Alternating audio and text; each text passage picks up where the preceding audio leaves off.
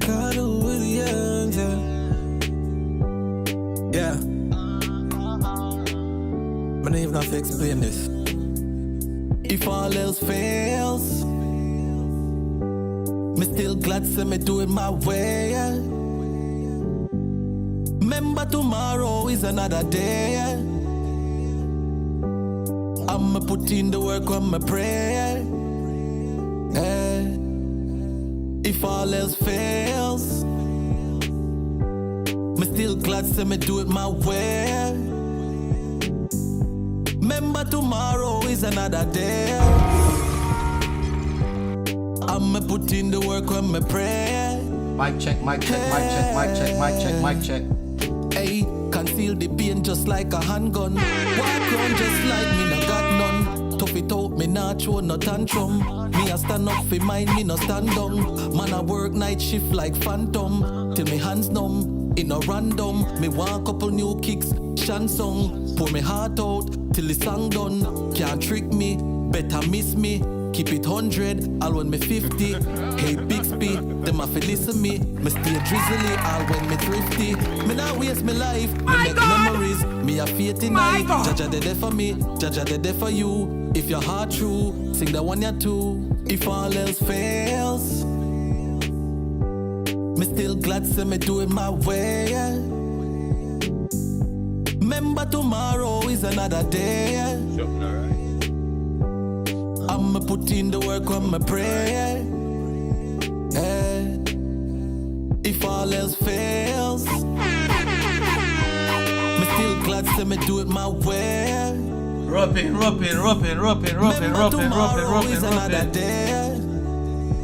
Yow. I'ma put in the work on my prayer. Yeah, me nah give up, me nah go stop try. Everybody want a piece of that pie. Invest it do it, then watch it stockpile. I fi make it better fi me black child. The goal I fi get rich like topsoil. Pocket I fi fat like black eye. Who's that guy? Everybody I fi ask when me drop by. Shit magnified, people work hard for a better life. Go and go get a life if you never try. So whenever I bring the treasure by, please treasure that. Jealousy never that. Me now waste my life, me make memories. Me have faith in I. Jaja de there for me, Jaja de there for you. If your heart true, sing that one ya too. If all else fails, me still glad to me do it my way. Everybody will do what they need. Remember tomorrow is another day. Every day you get up every morning, 6 o'clock. I'ma put in the work on my prayer. Work many hours. If all else fails, me still glad to me do it my way. Remember tomorrow is another day. I'ma put in the work on my prayer.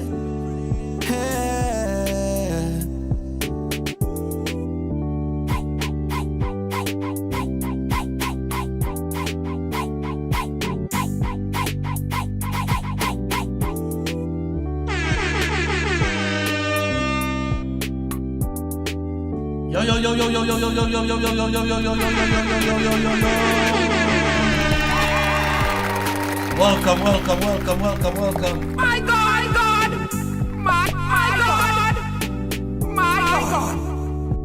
Yeah. You know the tinga.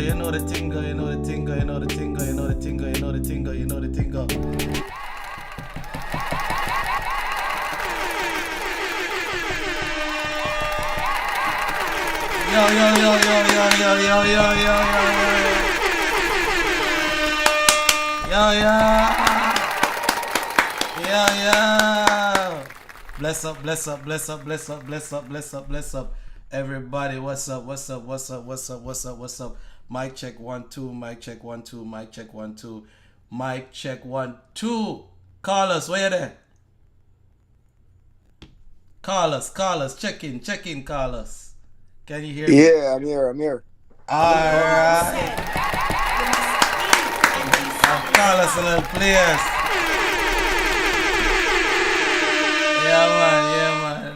Yeah, man. Back for another episode. that one I name The Recovery. You know what I mean? Something alright. You know? Yeah. Everything alright, yeah. Recovery. Yeah, The Recovery, because it's something like, when Terrence said, something I go round, you know what I mean? It come like Yeah. something I go round, Bridget, you don't know how I go Something on. alright. You know Yeah. how I go and start, but Something we're there, back, live again, live and in living colors. And if you're Yeah. not catching this live right now, you're watching the replay, and the replay is just as good. Carlos, what you have to say, Bridget? The day man, I do I say I'm recovering myself. It's like I'm trying to remember Shaka. I want to say, I took some time off the rest, Yeah. And now I'm back. It's game time, It's game time. So we have another person we're gonna talk about with that took some time off as well, and that, you know what I mean. We'll talk more about it. Leon Bailey. Oh yeah, man. Yeah, I see it, man. yeah. Nah, he found his way into the list of topics today. So we'll just give him that just due. So how is everything on your side, Carlos? What's going on? I know we missed a week. What's going on your end? How is everything?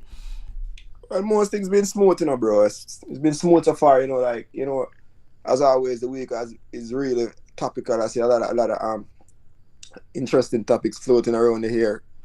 I mean, people are saying this and people are saying that, but I'm just here as from the outside, just watching, It's been like, bro, it has never been a week where like there's nothing to talk about, especially within like our Jamaican social media space, There's always something. I see a lot of controversies, a lot of,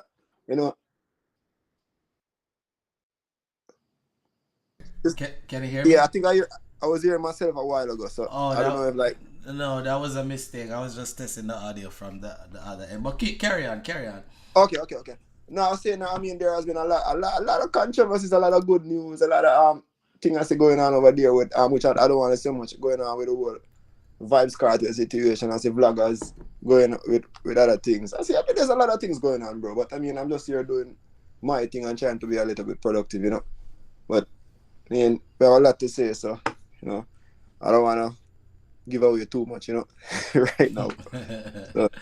Which is right. All right, so we're gonna, I have a list of topics lined up, and I'm gonna go over them real quick. Just a summary. So some of the topics we have lined up is Darrell Vybz recommends ban on all ride-sharing apps in Jamaica.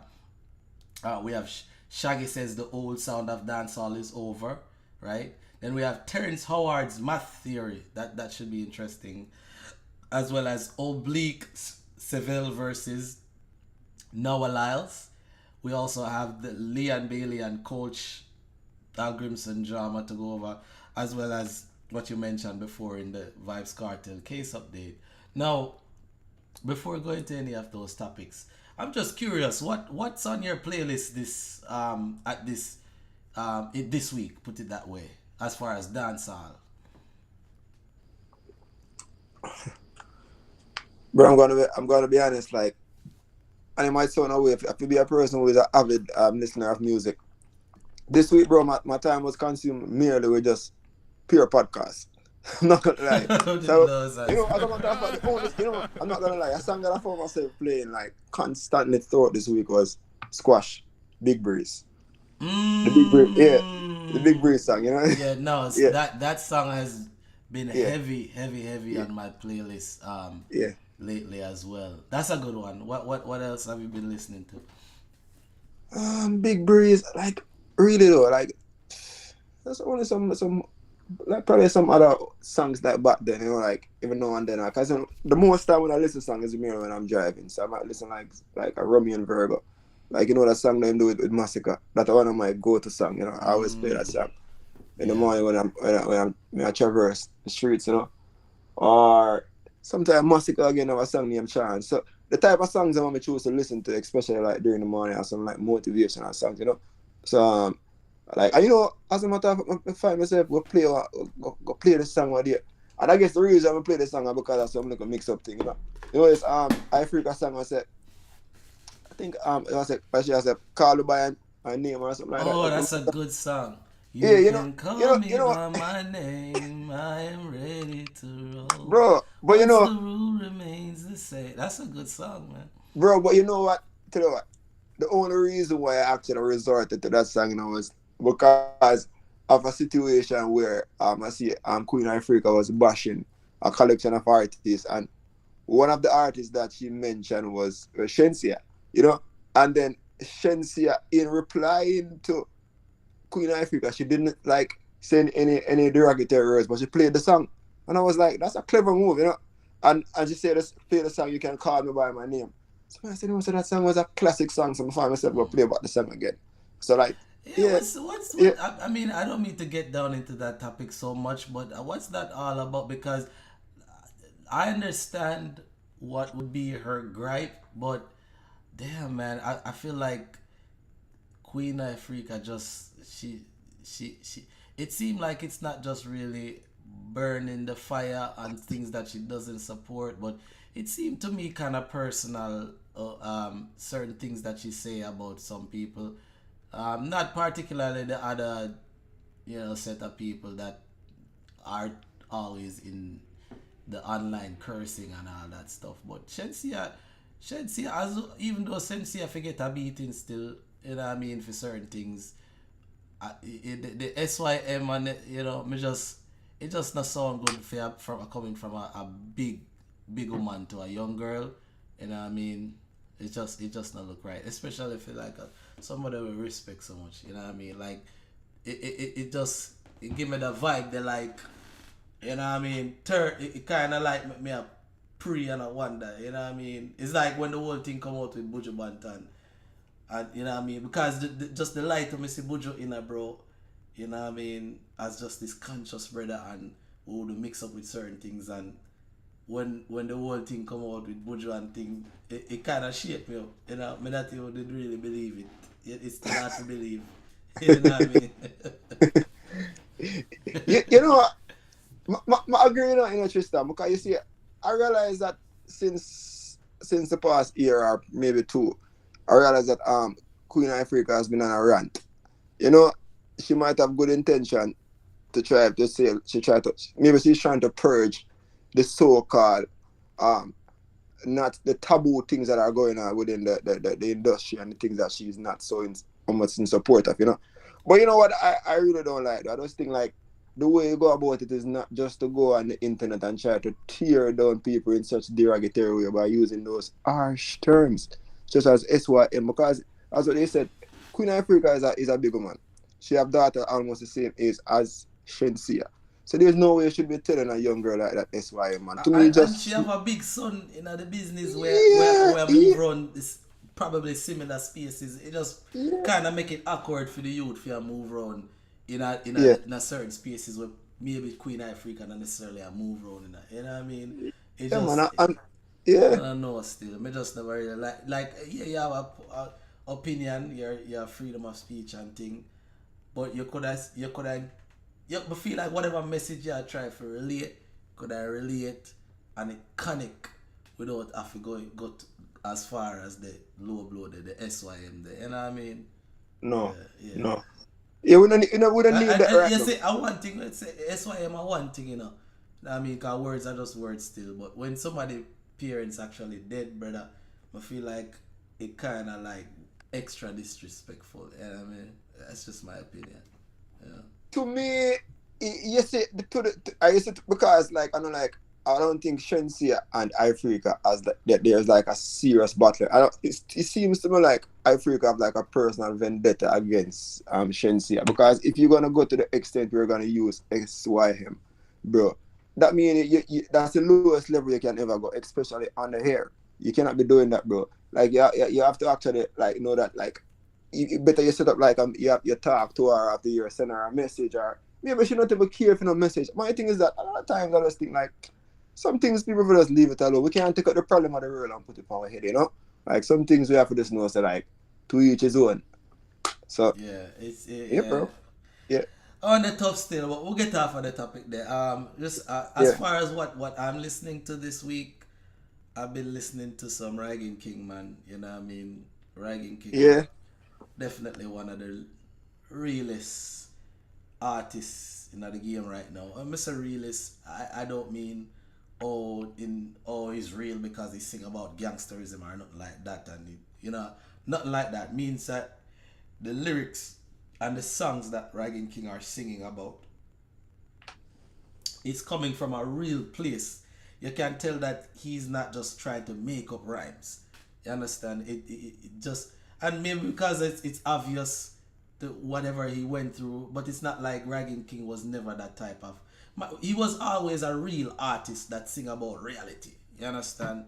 And things. So with this unfortunate situation happening to him, and he's continuing to make songs, you know what I mean, in spite of this tragedy that happened to him, and the songs are connecting my youth. You understand? I just feel like Ragging King's career has a long way to go, regardless of whether he start work again or not. He's gonna be here for a long time, man. This guy is something special. Tell you that right now. I know, Tristan, one of the things that I realize, you see that they say that motivation is a thing that gets you started, and habits will get you going. When I look at Ragging King, I realize that this guy, regardless of his current situation, he never use it as a way of trying to get himself down. He use it as a motivation. So you realize that because he has a disability right now, so that it keeps him motivated. And I can only imagine that he developed new habits, probably new habits to of way of start doing things constantly. So you reach to this point where he might be like probably writing more songs per day. He just create this creative his creative space probably expand more. So that's why he probably get more chance, so he can write more songs and all of that. So I just realized that Ragging King is a youth, as I said, he's a youth that really has a passion for music. And I recently see when he did a collaboration with Damian Marley. I think that song's supposed to be on his soon to be released Recovery album. Right. I've been listening him throughout this week though, but I'm seeing him on the internet and I've been watching him doing his thing. I think he has a show sometime this week or something like that. So keep doing your thing, Ragging King. You're doing your thing. Sometimes with me, sometimes there's disagreements with other things though. But overall, I think he's doing a great job, given the current situation that he's in. Not a lot of people would be able to pick up themselves from those pieces and keep going. They'll be stressed out, and depressed, and he's doing his thing, Yeah. So, kudos to Ragging King. Can tell that his spirit is strong. Yes. His spirit is strong, and when I listen to his songs, it tells me that he says it, I'm not perfect, you understand? And I am going through therapy, healing process, and this is more than just me healing as far as my disability. You see me, I say. So it's just when you listen to him lyrics, he's saying a lot with a little bit of words. You know what I mean? And it's just like every line just touch you. You know what I mean? Like some I mean, listen to some Ragging King song, man. I tell you, bro, goosebumps, bro. I mean, like, yo, bro, one of my go-to Ragging King song. People don't know that this song right now, that's a Things Will Change. That's one of my favorite Ragging King song of all time. Honestly, it's like, more while every now and then we always find ourselves in a especially in the morning when you just say this a mess. You don't necessarily have to go through the situation, but I say everybody need a little change sometime, Would I be maybe like it could have been with like a lot of life situations. So you just say find yourself so things have changed, man. Just that thing the word the one say things have changed and you start listening to this song. It's so relatable, because everybody is going through something, whether you're rich or you're poor. It doesn't matter your social status. Everybody has something that they're probably going through that they wish could have been better in their life. You know what I'm saying? And when you listen to those type of music, it helps you get through it and help you have hope and faith while you know what I mean, you live through something or you live through a challenging time in life, man. You know what I mean? It's just, and even if you don't have a challenge, what you're going through right now, just listening to those songs, it just put you in a different type of meditation. That's what I'm saying. Like it kind of give me like a meditation, like when we listen like Buju from Tilsha all the time, and you know what I mean? Yeah. That type of are like a Sizzla Kalonji from him, the 90s Sizzla Kalonji, that type of vibe without the Rasta type of vibe, but it's a similar energy. You know what I mean? It's just a different level of consciousness and introspective thought process. Yeah, ragging is definitely a force to be reckoned, bro. Because I mean, from inception, I realized that this young man has a passion for music, and you can see whenever he get a chance to flex his muscle and write a song in a very solid state of mind, we get a very good song. And that's why I can only imagine that at this current time where he's disabled, and he's not moving around so often. So he's more reflective right now. So with being more reflective and probably looking back at the past of what he has been through and the fact that he's still here now, I realize that this probably give him the chance to say, you know what, like I go and use my time to let people know what I've been through and what I'm thinking and what I hope to see in the future.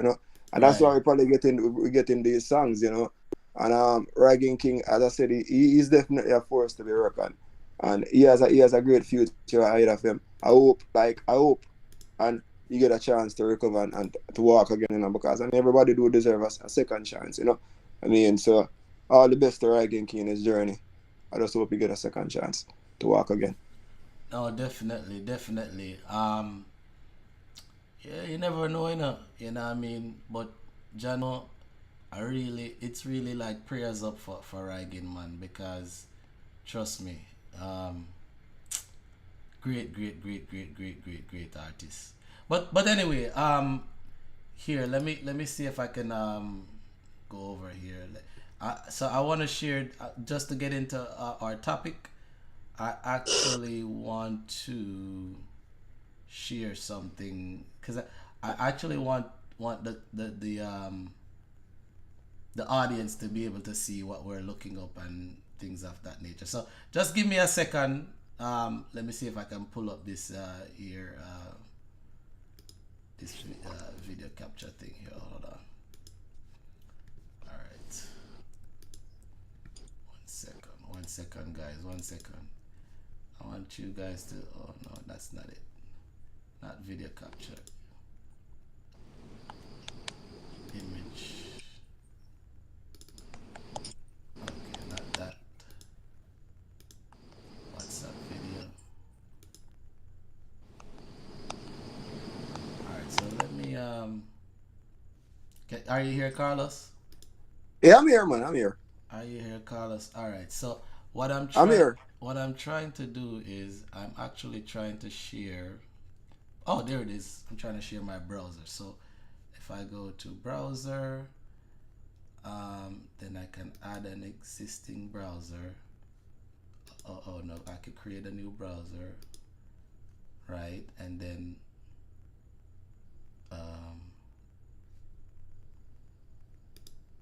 maybe I can paste it in here, right?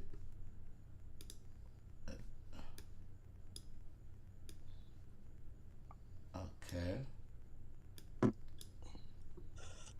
But how do I scroll though? I haven't quite figured this out yet. Hold on.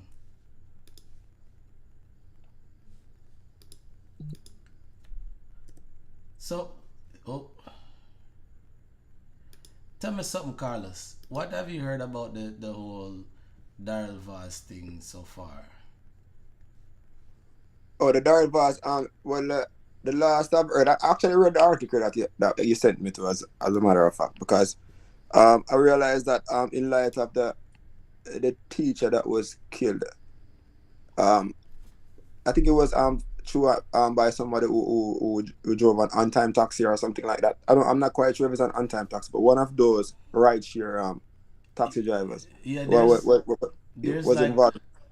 go ahead. Yeah, was involved in the death of the teacher. So, and I realized that in light of that situation, Darrell is realizing that ride share the use of the taxi drivers who operate the ride share services, they are become a concern because those ride share companies do not do enough thorough background checks on these drivers who they are using to take people from one destination to the next. And because of that, because there is no thorough background checks being done on these taxi drivers, then it could be a case where they could be involved. They could be known criminals, known be involved in a lot of form of criminal activities, and they just put them on the road to start bring people around. So that has become a concern for Darrell Vaz, and because of the concern of that, he has decided that he's going to put a temporary pause on all ride share service in Jamaica, pending more stringent measures being put in place to curtail another situation that could occur in the future. So that's what I've seen so far. I mean, You basically sum it up. Let me go through the article real quick and then we expound on it. So here's the article, guys. Vaz recommends immediate ban on ride-sharing apps after death of school teacher, right? So here it is. Kingston, Jamaica. The Minister of Transport, Darrell Vaz, has announced a ban on the increasingly popular ride-sharing or ride-hailing apps with immediate effect. The ban comes a day after the police announced that remains they discovered in Salt River, Clarendon on Monday are believed to be those of missing St. Peter Claver primary and infant school teacher Danielle Anglin.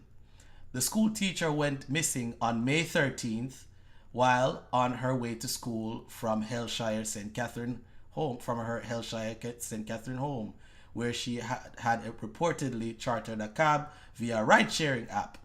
Deputy Commissioner of Police Fitz Bailey has revealed that the suspect believed to be responsible for Anglin's kidnapping and subsequent murder was arrested back in 2015 on sexual assault charges. He also lamented that the lack of communication between the police and rideshare companies poses a serious challenge to our investigative efforts. Darrell announced that the ban while making his contribution to the 2024 to 2025 sectorial debate in the House of Representatives Tuesday afternoon. The minister said he has moved to act after being written to by a senior member of the police force. Said Vaz, my recommendation as of today, which will obviously be to have to be vetted for legal purposes, excuse me, is that a ban on all of those ride-sharing apps be implemented with immediate effect until such time as we can come to the table and work out properly how these apps will be regulated in terms of making sure safety, background checks of the drivers are done, not only by the rideshare apps, but by the Jamaican authorities, the police or the transport authority. I make no apologies. I have a responsibility as a minister and an elected representative to protect the lives of the people, he added. He pointed out that the tragic news related to the missing teacher was just one of the several cases that police have as evidence that these ride-sharing apps have been used for criminal activities. Vaz told the House that the government is not opposed to it, which is ride-sharing apps. However, we're adamant that the ride-sharing hailing services must operate within the ambit of the law. The transport minister shared that he has sought to engage ride-sharing providers both locally and internationally to streamline their operations within the regulatory regime. I want to publicly state that the only overseas provider that has indicated their willingness to operate with the legal framework is Uber, he disclosed. I summoned them and they came from corporate office in the United States to Jamaica to sit down with me and the team to have a discussion.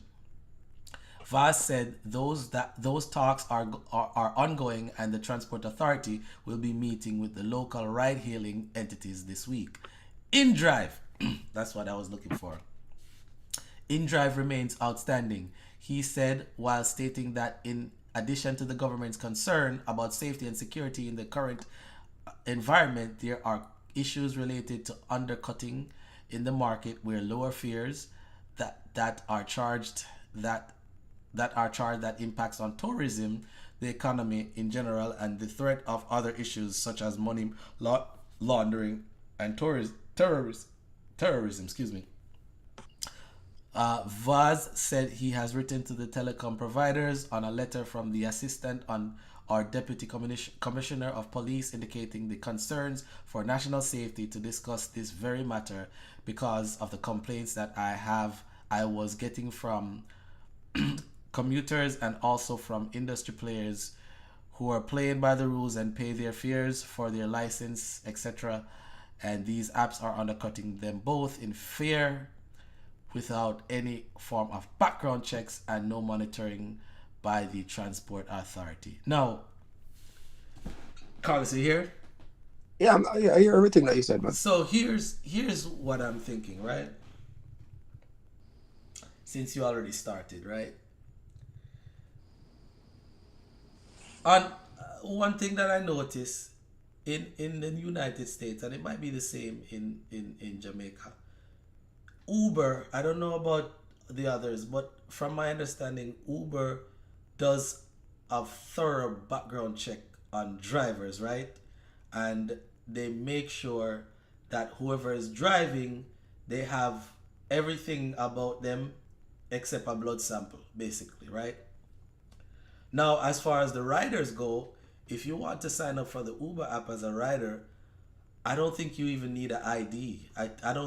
You don't have to put your real name or anything from my understanding. You can just sign up, and the only thing that is binding that it connects to is probably like your credit card, which is your form of payment, or debit card. Now, I think over here in America, driving Uber and other types of rideshare, I think it's less safe for the drivers than it is for the rider, because there's less information on the rider than the driver. And a rider could book a ride and then send somebody that's totally different to be riding around with this driver, versus if you book a ride with a driver, it has to be that driver because there's a picture of the driver, plus there's the color of the car and the license plate, all the information that you can use to match up before you even get in that vehicle. Now, I'm not sure how it is in Jamaica.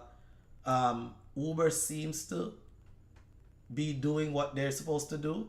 I don't know if they're stringent with the background check, but it seems as if there's other ride shares, which are probably other small taxi companies that invested into an app, but they didn't invest into the procedural policies of vetting these drivers. What say you?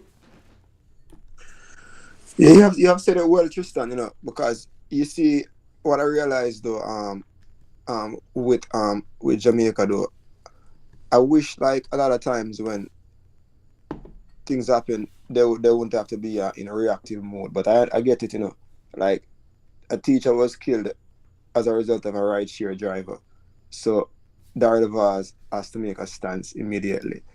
I wish they were a little bit more proactive in their approach towards this rideshare app and the rideshare drivers from inception. What I mean by that is, from the inception of these rideshare drivers, I wish there were more red tapes or more scrutiny is being done to ensure that any body or organization are they going to come up with a rideshare company, that they have the proper measures in place or policies in place to ensure that any driver that's going to be signed up to become a rideshare driver on their app, then that driver has to encounter a thorough background check. Because the thing is that, if you're going to allow a driver to just sign up on your app without doing any form of procedural check to find out like if the driver was involved in any form of criminal activities or that they're involved in any form of like derogatory things, then if you don't do those kind of things, then you realize that you're shooting yourself in the foot. And who is going to be at risk?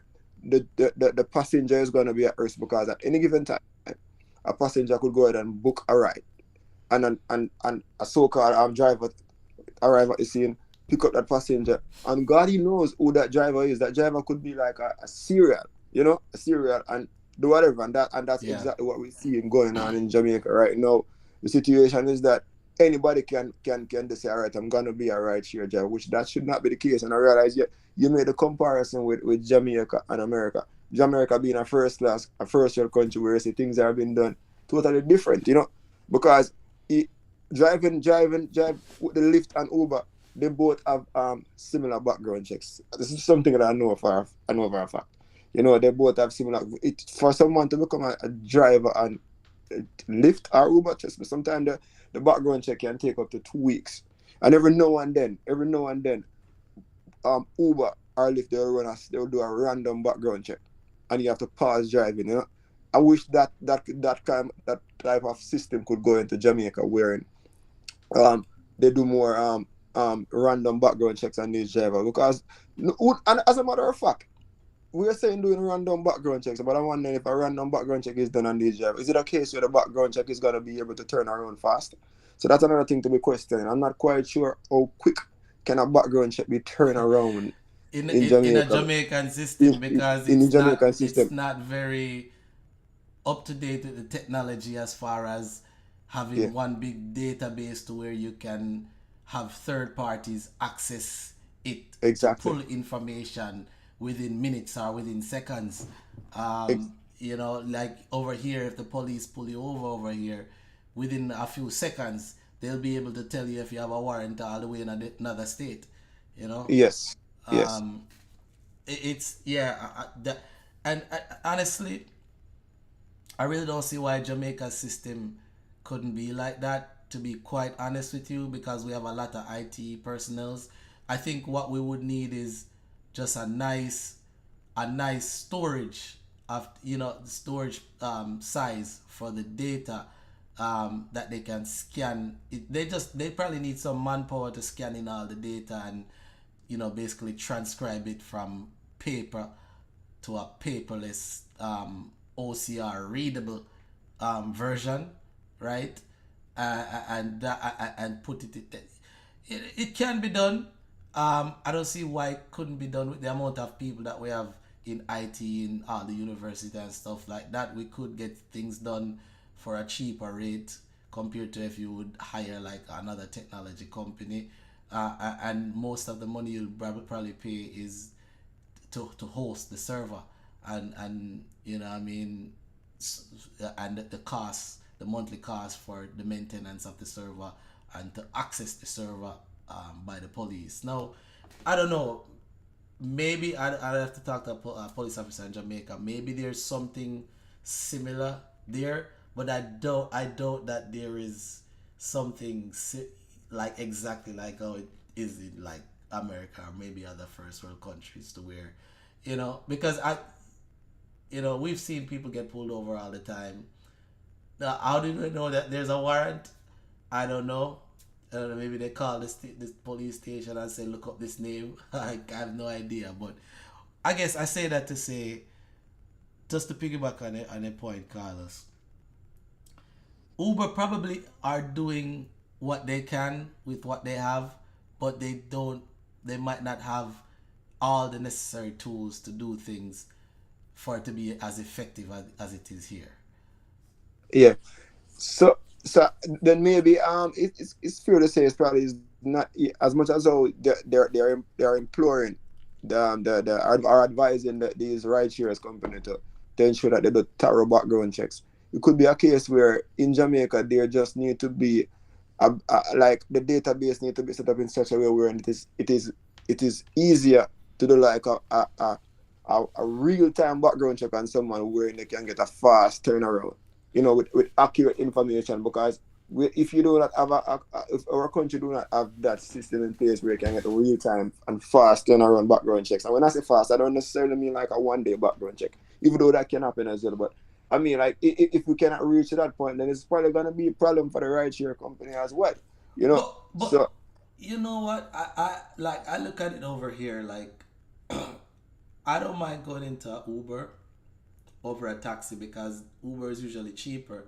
Now, I generally don't have any safety concerns about taxis over here, but if I should think about safety concern, I think just my first thought, I would think that maybe like Uber or Lyft is probably safer than if I jump into a random taxi at 12 o'clock in the night, because a random taxi at 12 o'clock in the night, you know what I mean, might just have the plates and look like a taxi, but we're not sure. Versus Uber or Lyft, we can validate certain things in the app to make sure that, okay, this is the right person, and then we can trust the system that they have done background checks on these people and driving record tests on these people to make sure that they're fit for the road, you know. And that's more of a real-time type of thing versus a taxi driver, which we're not sure if that person is actually a taxi driver. They could have just stole a car and, you know, with the taxi driver plate on it, and you understand what I'm saying?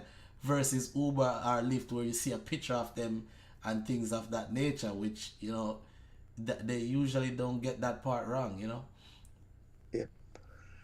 Yeah, you see, I just think with Jamaica, you know, Jamaica, there's just a lot of in Jamaica, there's a lot of avenues to introduce like the luxury that we getting in first world countries. But I just think that what we really don't have there is the technological advancement that can facilitate that.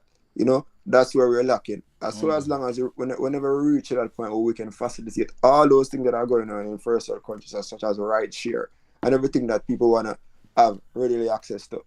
As long as we get that in place, I think it will be a different story, because, you know, once you have those things in place, then that's where you'll have more safety. You know, you have more scrutiny, you have the police, and it can be, the police will have more access. You know, and then you'll have no longer have like a random person that say, oh, I'm gonna become a ride-share driver without any thorough background check. Because just whether you believe it or not, if we have the proper scrutiny in place, it wouldn't be even so hard to catch someone who decide that they're gonna carry out some criminal activities and a passenger. As a matter of fact, they would have to think twice about doing that. Right. And don't get me wrong, no, Tristan. In the US, because I know of a situation wherein there was a passenger who booked an Uber service, and when the passenger was waiting for the driver, did you know that this lady, she sent her son to pick up the lady? And to tell you what, the lady report the driver. I believe that driver was actually, I think Uber did something to her, because, you know, that's a wrong move. You know, that's what I'm saying, because that there's certain controls that are put in place. Yes. That it ensures that the person that's picking you up is that person, even the car, because that person could have the app and everything else, but they have the picture on it, but they maybe they have another car. Now, is that car in a certain shape mechanically to pick you up? You don't know, because when you're signing up, Uber checks out the mechanics and everything like that. So you can't even just switch a car and just go pick somebody up, because you can validate that, okay, it's this car that's picking me up. And I think that there's a lot of safety measures. No, are there loopholes? I'm not saying no, maybe there is, but I know that there's a strong amount of controls put in place to where I think I would regard it more safer than a taxi, only because you can validate more things than you can a taxi. Because yes, a taxi driver might be way more experienced, but then again, when you jump into that taxi cab, how do you know that person is a taxi driver or not? You know what, Tristan? You said something earlier, you know. You said sometimes a Uber driver probably is more at risk versus the passenger over here. And I can say this boldly, because I run Uber in the past and Lyft. Right? And I could remember like moving to a certain location to live. And you know, I was feeling very uncomfortable, you know. So whenever I see somebody, I was at a location and I get like a notification that a rider booked service, if I realize it was a man I would have I canceled it. I canceled it because I wasn't so familiar with the area, you know. Yeah, because you just like you're not taking any chance, you know. Back then in Jamaica, we have this. Back then when there was like, remember back then in Jamaica, it was a situation where taxi drivers were being attacked by passengers, you know. Yeah. Like some men they took a taxi and then you hear that they cannot find the driver and the car is missing and all that. No, it kind of seems like the pendulum kind of swing in a different direction now, and it's specifically on the rideshare app where drivers are using these rideshare app as their even place and an avenue where they can use it to carry out criminal activities, which is really sad because people really see a rideshare app as a safer means of transportation, especially Uber. I know it comes down to the point where Darrell has to put a temporary ban. I mean, I applaud this move, but I just wish it was like they were a little bit more proactive in this because we shouldn't have approved, because to my understanding there's more than one service. It's not just Uber. We shouldn't have approved any of those until we get a strict regulatory procedure in place, like similar to what it is over here as far as what we explained with Uber, with all the other apps, you know, because they can do it, you know, whoever created those apps or whatever they do, they can implement these things, you know. And if your app is not up to par, then you can't run no taxi, and you can't have no business, and it is what it is.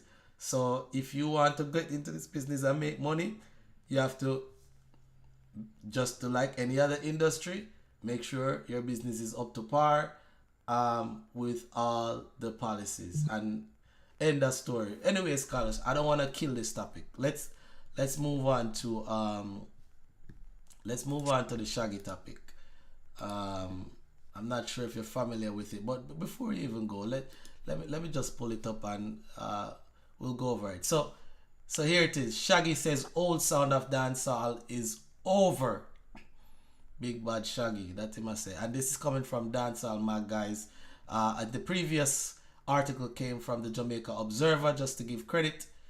Alright, so let's get into it. Alright, so dancehall megastar Shaggy's recent statement that the old sound of dancehall is over and is being gradually replaced by trap sounding music has not gone down well with some dancehall fans, many of whom point to the fact that 90s rhythms are consistently being sampled and reused.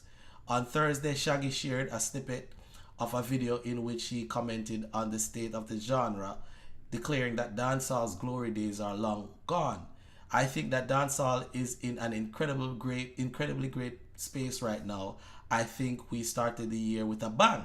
I think last year was an amazing year for dancehall because we had TJ's Drift, which I was happy to be a part of. So I think that dancehall is slowly moving it, but it's a new sound, the bombastic singer said. One thing we got to understand, the old sound of dancehall that we know, the old style we know that was very successful, did its thing. The highest point of dancehall was that sound. It's over. That sound is no more. I don't think people are going to make records like that anymore.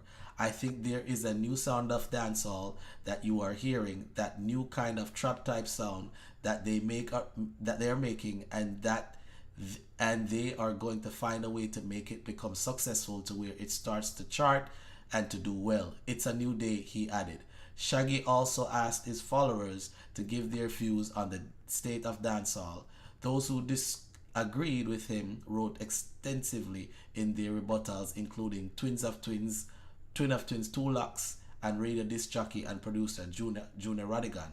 Radigan sought to remind Shaggy that comparing the new trap sounds with authentic dancehall was not a good comparison, as the two are poles apart. The new sound has nothing to do with the old sound. Same goes for the energy and even the emotions. Each one carries with it. Hence, the need to call his new sound something else. That way, each has its own identity, its own legends and icons, its own charts and awards, once they are separated, Radigan said. The old sound has not died and will never die. People are always gonna wanna dance, whine, and grind on something. It's just not trending with the younger set of fans and selectors in Jamaica where everyone still looks to follow. However, we all know how this business works. If Beyonce or Rihanna decide to put out a song on the authentic dancehall rhythm, it's all coming back fast. LOL, he added. Don't agree on my level.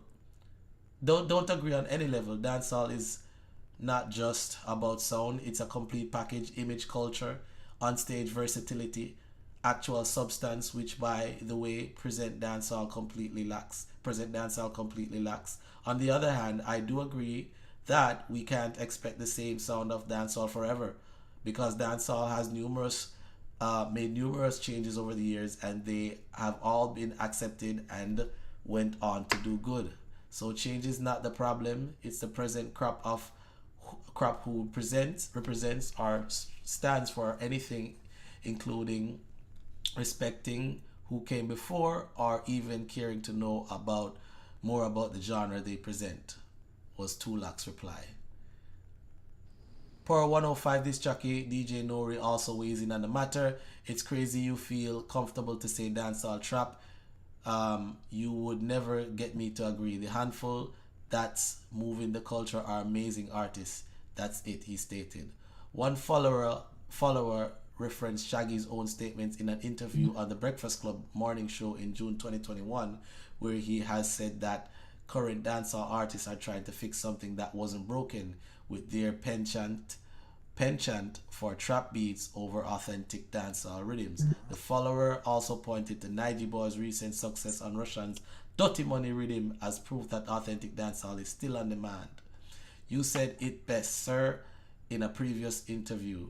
We tried to fix something that wasn't broken. Nige Boy successfully proved that the original sound of dancehall is what people still love, as he demonstrated with his hit song Continent. The commentator, I Am Raymond Anthony, said. Shaggy said in the Breakfast Club interview that dancehall would be more successful today if artists had stuck to its original traditional roots and beats. He had also affirmed that dancehall acts in Jamaica are unwittingly content with being in a bubble as domestic stars, having not realized that they are capable of greater accomplishments. If you ask the average DJ that's on a global scale what kind of dancehall will move a party, they're gonna tell you it's a 90s dancehall, and the difference between current dancehall and 90s dancehall is the beat. So we've actually tried to fix something that wasn't broken, Shaggy had said when asked for his views on the state of the genre. So I don't think I'm gonna read this whole article. Actually, I can. Hold on, it's almost done. So the Angel Singer had also said that other genres like reggaeton and Afrobeats are reaping success under the influence of the 90s dancehall beats, and the reggaeton beat, also called dembow, was a billion-dollar genre. The beat itself, they've taken the dance out of dancehall. If you listen to the new dancehall now, the style that they're on, it's kind of like trap fusion dancehall. You go to the dancehall party, people stand up and they'll sing the lines. It's like sing along more so than dance along. And I think the dance of dancehall is what was really appealing to people. And if you look at the streaming numbers, the 90s dancehall is still streaming better than the current dancehall, he added. Okay, Carl, so that was the end of the argument. What say you? Of the article, what say you? All right, that was a very, very good article, by the way, because I read it as well. Let me also applaud Shaggy for his for his views on the current state of dancehall and what he thinks is actually moving the needle right now.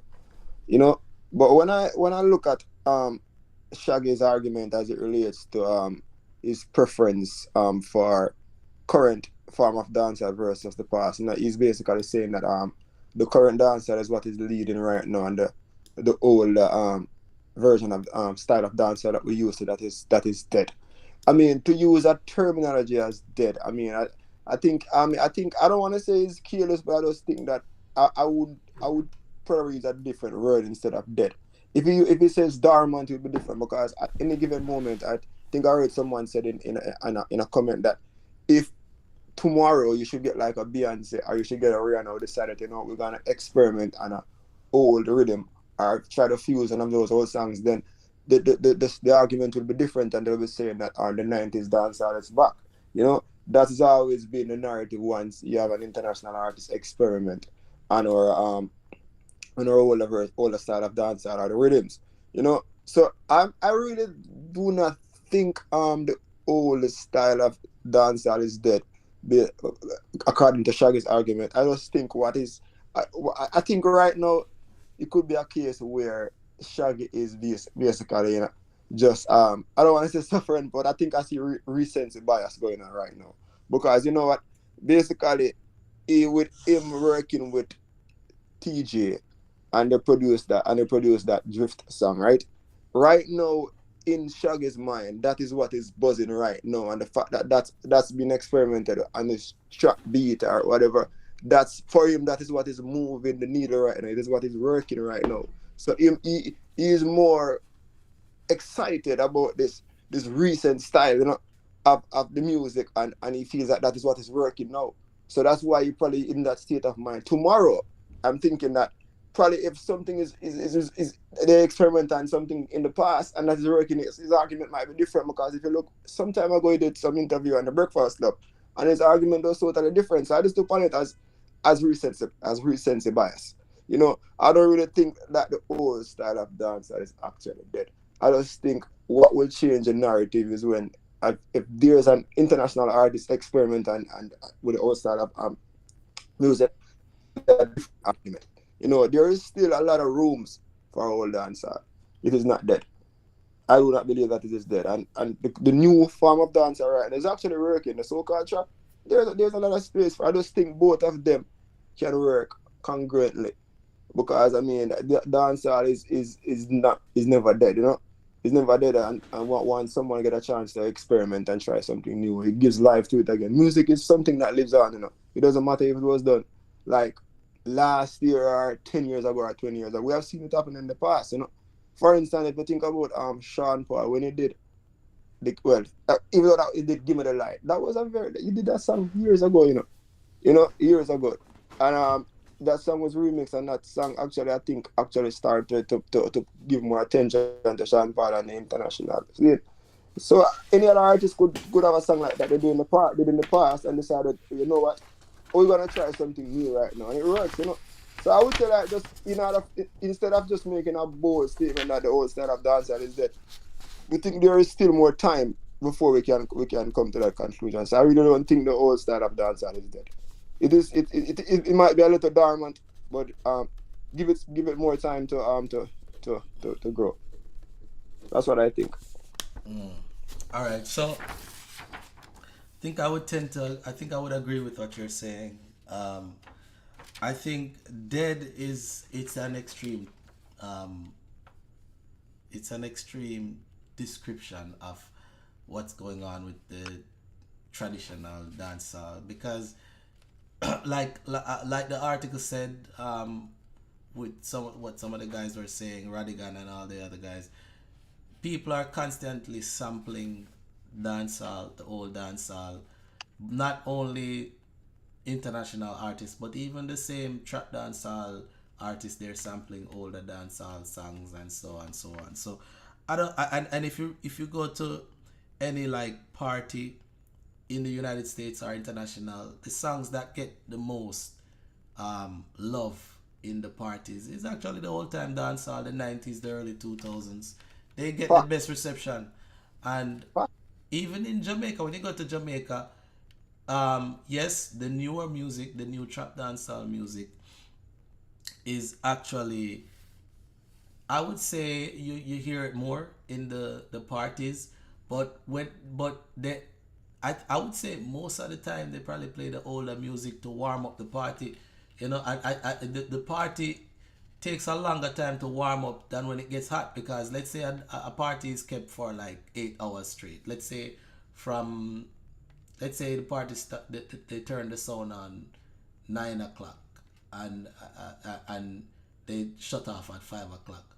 From 9 o'clock till about 2 o'clock, it's usually like some older music from the 90s and before that, up to the 2000s, and then 2 o'clock and after that last 3 hours is what they used to play all the new songs. Yeah, and what would you say about overall? Would you say that trap dancehall is leading the original dancehall right now? In your opinion, what say you? All right, you know what? I would say it is more relevant right now. I wouldn't want to say lead because you see as a matter of fact, I don't even think that we should even be comparing the two. You know, I don't think it's actually the more relevant form of music right now because think about music is a young man's sport. And right now, who are leading the pack of music? The younger kids, they are the one who are leading. They are leading the pack right now. They are the one that are doing it in dancehall right now. So whatever they are doing is what's gonna be the topic of the day. So if they're doing trap dancehall is gonna be the most topical thing that we talk about. If they were doing 90s dancehall, then 90s dancehall would be the topic of the day. But right now, trap dancehall is what is more relevant right now. If we're gonna say lead in the sense of it locally, right now it is more relevant. But if you go on the international market, and as what you said, if you go like to like some parties or some clubs or wherever, what you're gonna hear, the 90s dancehall songs that are playing. Where they're gonna hear the Sprague Benz playing, they're gonna hear the Wayne Wonder, you're gonna hear the Sean Paul, you're gonna hear the Beanie Man. You're gonna hear all those songs, and all those songs are the 90s, the 90s dancehall songs. Those are what you're gonna hear. You might hear like in some now and then some current songs. But what is actually leading the pack right now is really the 90s dancehall whenever it comes specifically to clubs and certain areas where you go for parties. It's really the 90s dancehall that are actually leading internationally. As a matter of fact, it is what most overseas, most people use that as a sole definition of Jamaica's dancehall music. That's what they used to define dancehall music in 90s.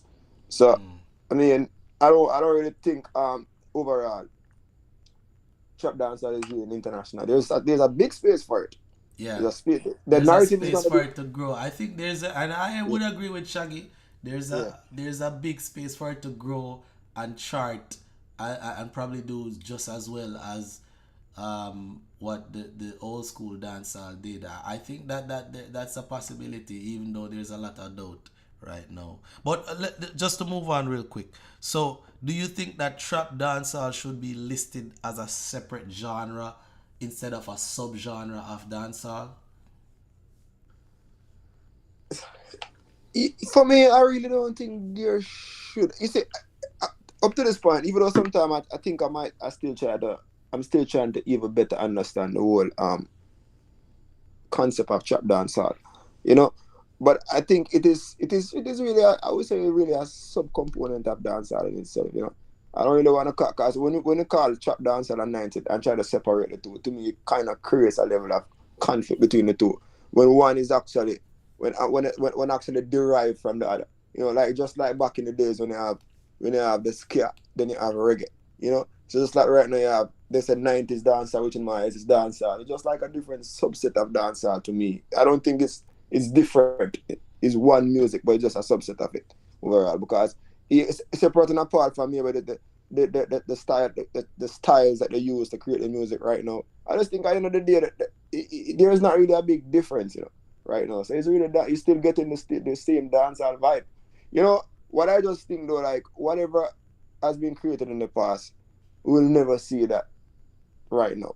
That's just that history has been set with 90s dancehall, or that the history is set with that. Now we're in a different era, different time, where we have a different type of where the youths come up and they form something new, which is considered dancehall same way, and it is what is working right now.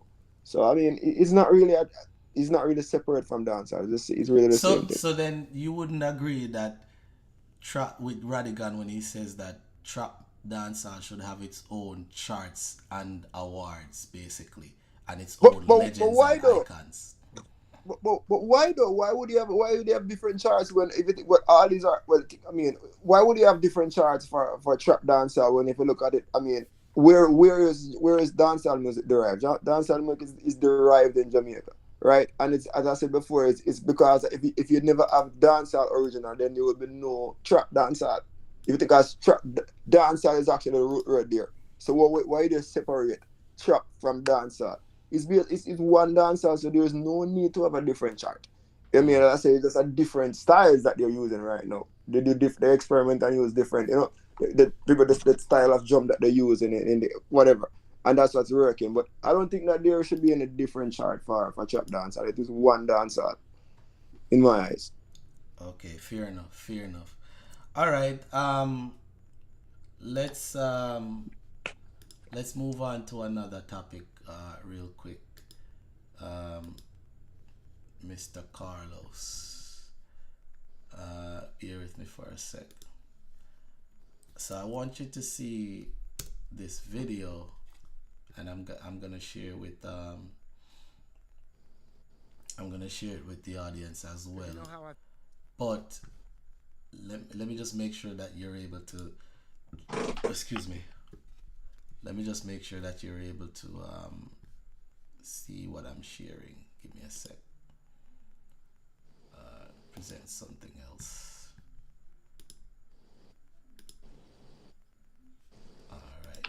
All right. So you follow Carlos? Yeah, I follow. All right. Let me just make sure it's queued up. All right. So all right, everybody. I'm gonna play this, Carlos. I'm gonna play this, and then I'm gonna ask you. Just watch it. If you're not hearing this video or not seeing it, just let me know. All right. Yeah, I will. All right. Let me go ahead right now. Because you know how I figured it out? What's 1 times 1? It's kind of bit. It sounds very low. Let me probably it's on my end though. Multiply It might be my end. Hold on. Let me see something here. Oh, hold on. Jeez, I don't know if I could get it in louder, but can you hear anything at all when I play it? Well, I'm not hearing now. Probably you pause it, but I'm not hearing.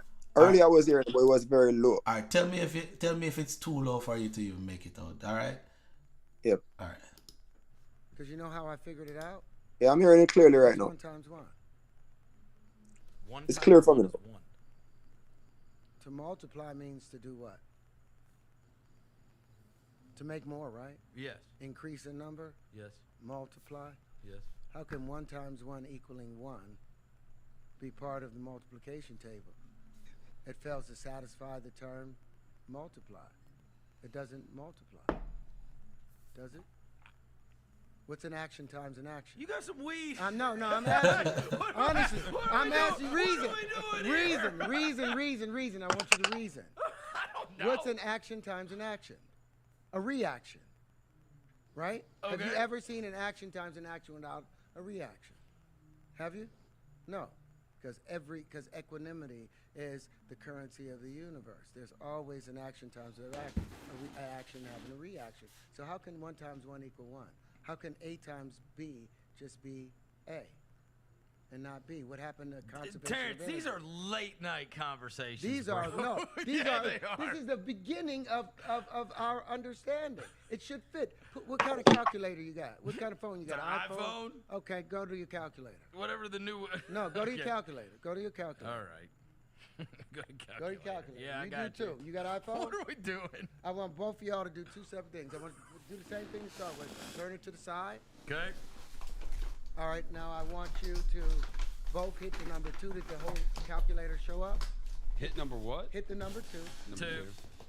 Go to the square root. It is the second column from the left, 3rd row. It'll have that squiggly Yeah. thing. All right. You get 1.4. 1.4142135663730955. Yeah. Holy now crap. I want you two to do 2 separate things now. 2 separate things. I want you to multiply it by 2, hit times 2, equal, don't you do it. Okay. And I want you to hit x to the 3rd. X to the 3rd, it's going to be. the Times third- 3. No, x to the 3rd. Oh, X. Oh, okay. I see it. X to the 3rd. Yeah, I got you. All right. 1.1. No, you didn't hit x to the 3rd. Yes, I did. If you hit x to the 3rd. Oh, I'm sorry. You're right. So I go did back not. again. Okay, you so keep now yours where you are. Yeah, I'm 2, good. 2 square root, square root. and hit x to the 3rd. All right. 2.82. 2.828, 4271, 2174, 6190. The same value you got Yeah. by multiplying it by 2. Yes. And he just cubed it. Divide it by 2 again. Both of y'all. Divide it by 2. No, divide by 2. Hit equal. Now, cube it again. Hit x to the 3rd. Yeah. You see that loop? Yeah. That's saying x cubed is equal to 2x, which is equal to x plus x. That's an unnatural equation. That's a mathematical fallacy. And that's the beginning of your math.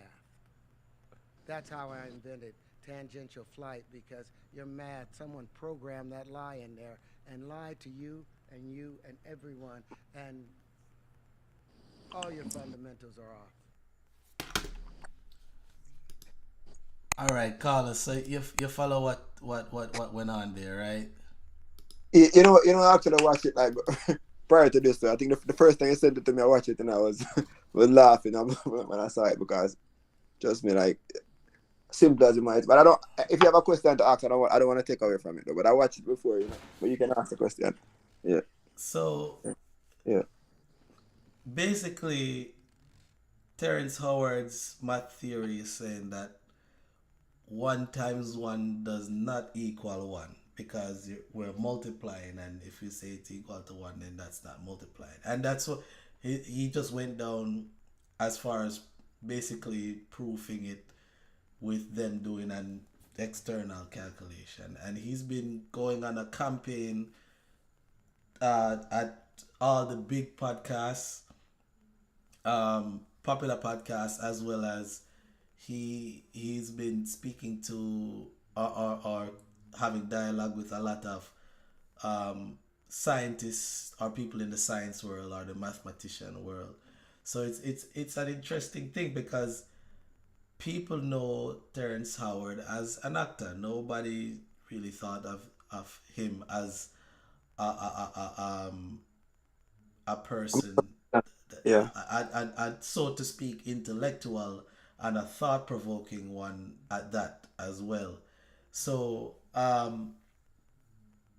what he's saying, I'll be honest with you, I think I'm okay at math, but what he's saying is basically, and there's more videos to this, it's basically blowing my mind. So what say you? What's your take on this whole thing? Yeah, at first when I saw it, cause you sent it to me, and I was driving and I was watching it, and I was like, damn, this bro is like thinking way outside the box, bro. He's thinking way, like it lift me Evans for a minute, because I was like, I never thought about that before though, because when I was growing up and I was learning multiplication, we grew up learning our times table, and at the time we have like a hardcover book where we're learning our times table, like 2 times 2 equals 4, 2 times 3 equals 6, and and the list goes on, But when he mentioned that multiplication, they teach us that you multiply, so if you have 1 times 1 and you multiply that, you have 2, you say basically there's no way you can get 1.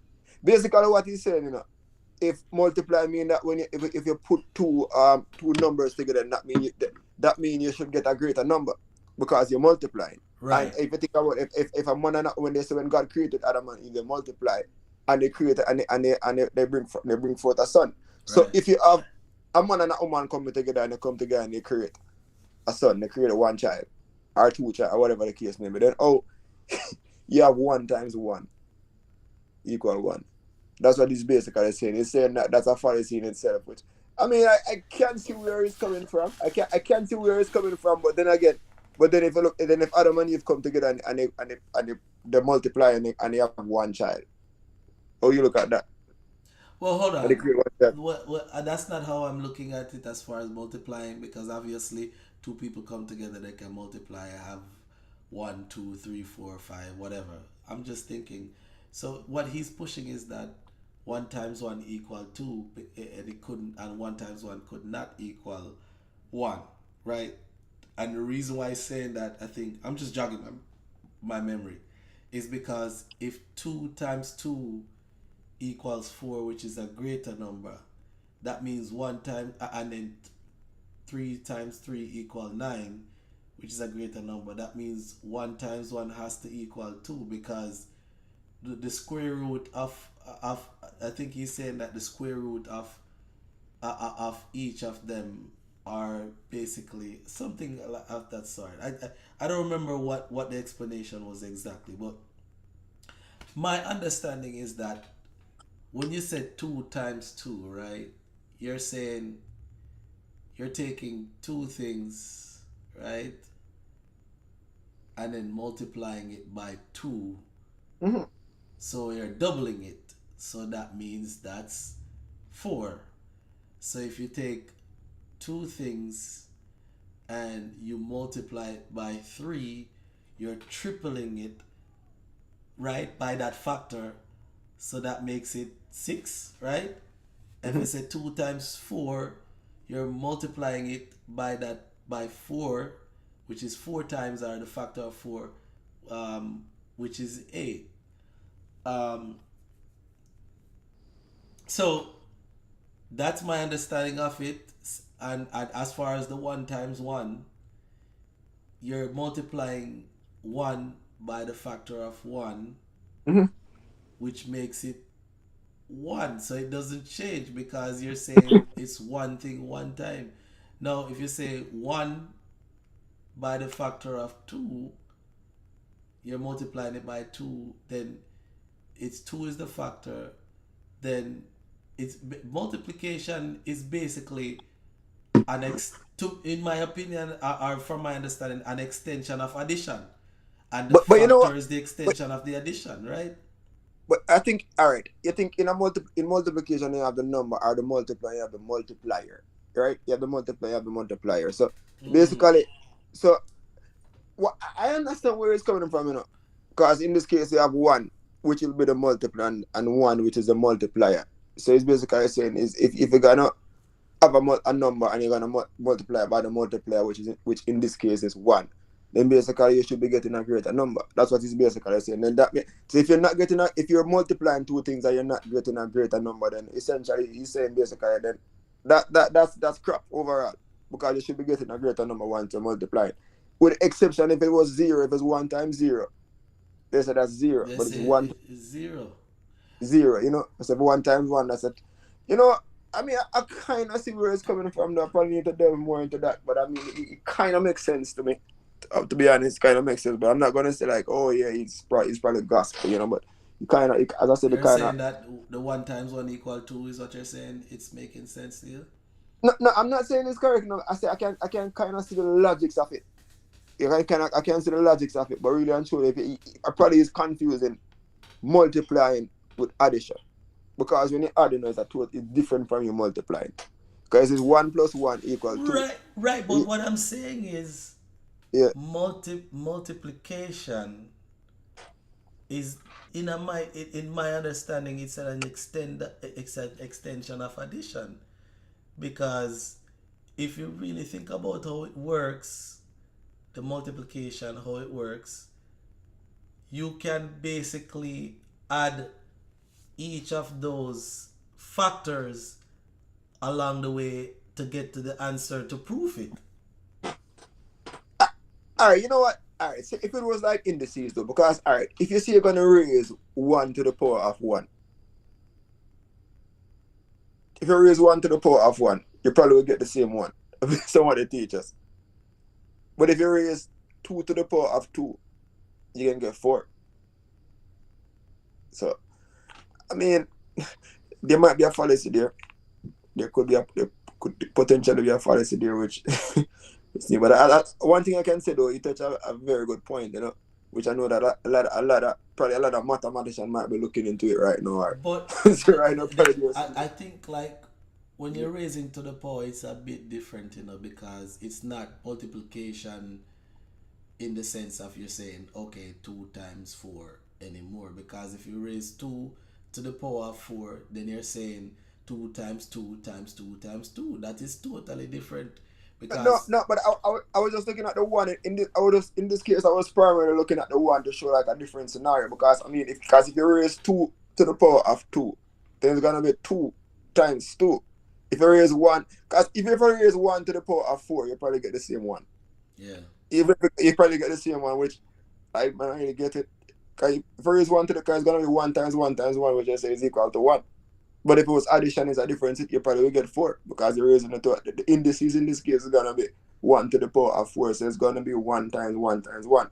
So in essence, it's kind of really kind of using some multiplication kind of factor in it as well, you know. So I mean, boy, guys, I think this brother come with some brainiac thing right here, you know. Man, Terrence Howard literally mash up my brain, yo. Like when he came with that, I'm still like watching videos, trying to understand, because the thing is, in order for you to kind of follow what he's saying, you have to really go back and do some research on math theories and just kind of understanding the concept behind them. And these are like supposed to be the simple math theories, right? I mean, I have watched like other videos with other guys that are supposedly experts on this type of field, and they basically never ridiculed him. They basically looked at it as very is naive the word? Maybe not naive, but they looked at him as imaginative in a sense and thought provoking, thought challenging. But everybody that was in that position that commented on it just said he's wrong. And I am waiting to hear someone in that school of thought that is going to say Terrence Howard has a point. I am just waiting on it because it's gonna come at some point. I just think that some people probably are afraid to come out and even say, you know what, even though he's wrong, he has a point. They're afraid to say it because that's basically your reputation right there. So these guys have to really tread lightly, even if they see that he does have a point. You know what I mean? The thing is that, Tristan, you have to look at it like this. Whenever if there's a theory that has been created for so long, especially like a mathematical theorem like this, where like this is like the standard way of multiplication, and this is what we've been hearing for decades based on what the mathematicians have come up with. Do you think that they will want to let their hard work go in drain to the point that they're gonna accept to say that they are wrong right now? No, they're not gonna accept that. They will challenge it, but I mean deep down, like there's somebody might look with it. Some smart guy might look within it and say, you know what, probably what he's saying, we can give him a hear right now because there's probably some truth to it, There's probably some truth. There's something there might be. But then the thing is, yeah, like it's people don't understand the amount of things that will be disrupted if that's thought or that theory that he's coming up with is actually being put into practice, because everything that we're using, technology, you know what I mean, from things that are just calculations and computations in technology, is based on the original theories that he is challenging. These are things that we are using in play. Even the computer that we're using right now, it's a computer. Listen to the name of it. It's computing. You understand what I'm saying? Based on those original math theories. So him challenging, like literally, the computer reads information in ones and zeros. So him challenging that school of thought, it really is shaking up the world of math. You know what I mean? Do you know the amount of theories that would have been disrepute in what you call it, the amount of theories right now that would be in disrepute right now in sham as a result of what he has said? Because if you think about it, we have this thing what they call the law, the gravitation law, which I've come up with Isaac Newton and all those great physicists and scientists, the Aristotle and all those great guys. A lot of their principles is surrounding around multiplication, and the same number one is involved in those theories that they create. You can imagine that if today they realize that this guy so they realize that whatever they were doing is all a fallacy. everything that we have, that every creation or every form of new invention that we're seeing right now would have seems very stupid in our eyes, right? So, I mean, it's either you're not there for me, but I want to say that whatever he's saying, it could have some truth to it, But let us see who can prove it. All right, we'll see. I'm sure this will be an ongoing topic because he's a very popular guy. He's known for acting, and he seems very dead set on his theory, and I'm sure he put a lot of thought in it. And from my understanding, what I heard about him is that he went on to be an actor, but he was before that he was some type of scholar, and he was heading in that direction before he went into acting. So there's some background to it. Is he trying to shake the ship and trying to be controversial? I don't think so. I think he truly believes that, and there's nothing with that. I think it's okay to challenge certain things, especially when it relates to theories in science that we are following.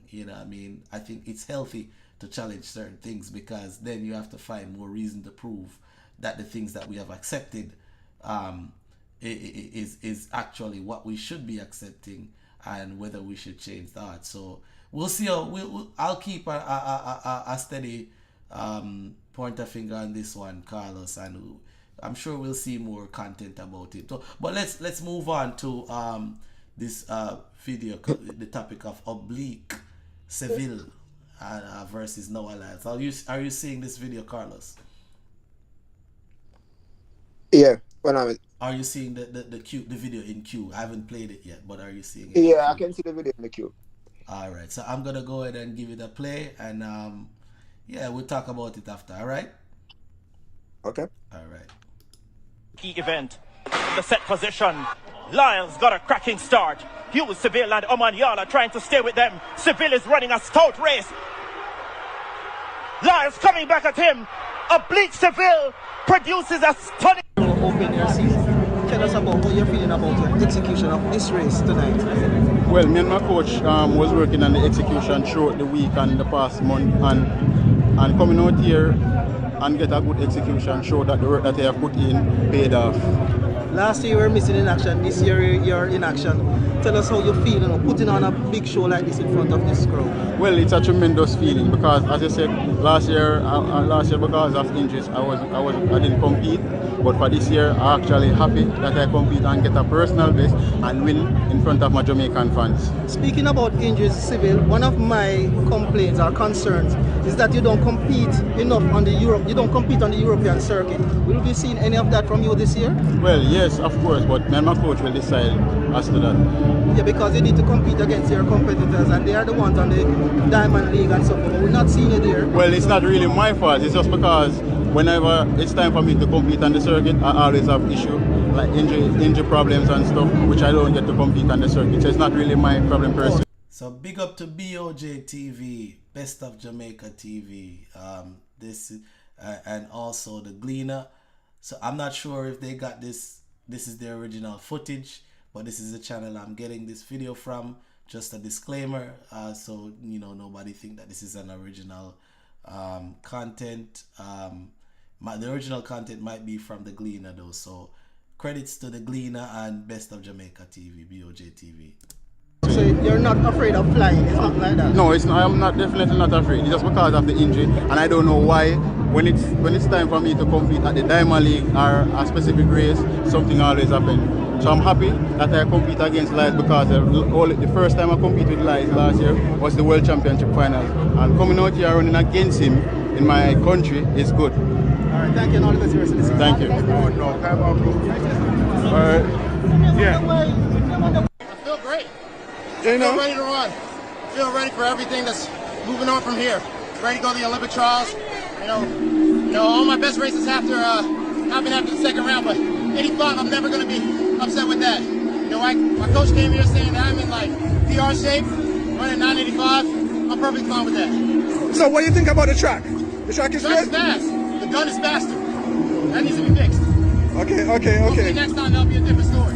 Last year you was in a better position in the first place, but now you're in the second place. How you feeling? Hey, that's nothing wrong. I say every year, when I get beat, y'all gonna be scared as shit. Because Because next time you see me, you don't worry. 9.85 tonight. You put on a very good show. Just 0.02 of your personal best. Yeah. But you seem as if you are not satisfied with your performance. All right, I think we've seen enough. Carlos, are you still here? Yeah, I'm here, man. All right, so it looks like we have a new competitor on the Jamaican squad to challenge Mr. Noah Lyles, that is actually holding the medal, the gold medal for 100 meters and 200 meters over the past 8 years. I believe so. I think it's over the past 8 years. So, and he's going for the third Olympic. But Mr. Olblique Seville might be mashing up his little dally horse. What say you? Like, based on what I'm seeing right now, Tristan, you see, what one thing I realize, and it was based on Mr. This guy, Mr. Lyles comment following following his defeat. I realize it's a trend among the American athletes. I mean, they seem to have a very big heart. Whenever they don't come out successful, they always like, to me, they always seem a little bit hungry. I mean, not angry in the sense that they're gonna do something to their opponent, but they always seem as though as if like, you're gonna see me when I come out the next time, and this is what's gonna happen. When based on the results of that race and Olblique Seville dominance and to the point where he beat Mr. Lyles, it goes to show that, like, what, in Jamaica right now, you cannot turn your back on Jamaica, because there's always gonna be someone from some walks of life, some high school or somewhere, who's gonna rise to the occasion. And worst case scenario, this guy, Mr. Seville, is being coached by the great Glenn Mills. So, what do you think? Glenn Mills has a track record of producing the likes of Usain Bolt.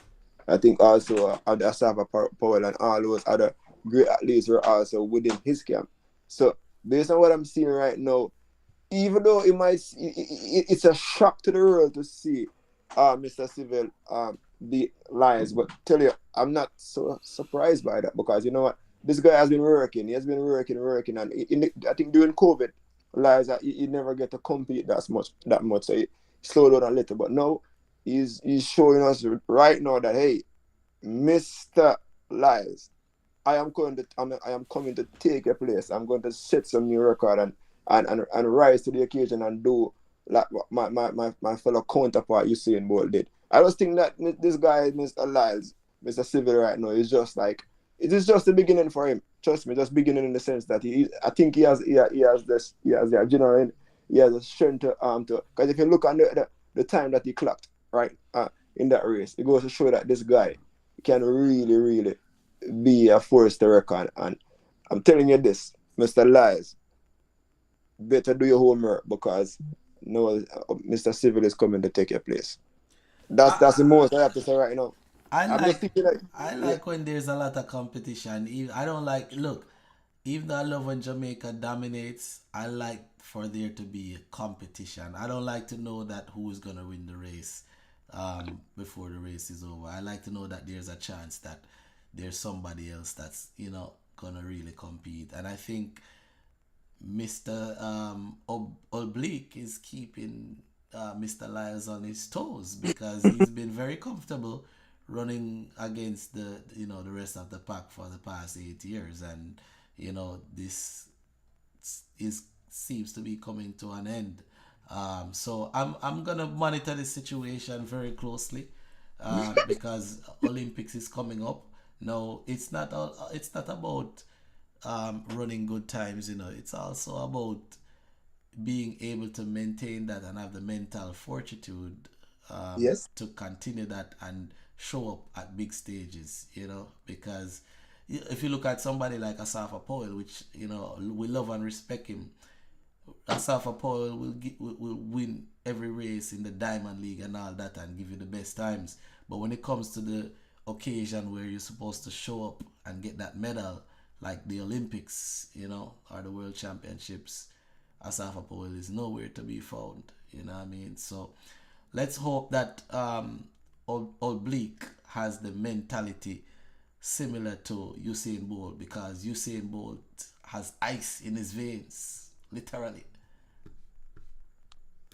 I mean, Mr. Olblique he's a young man, you know.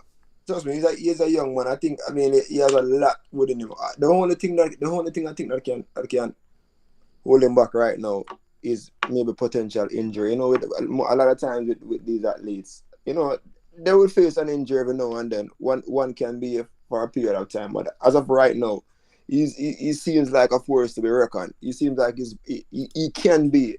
I don't want to say he will be the next Usain Bolt, but it seems like we'll see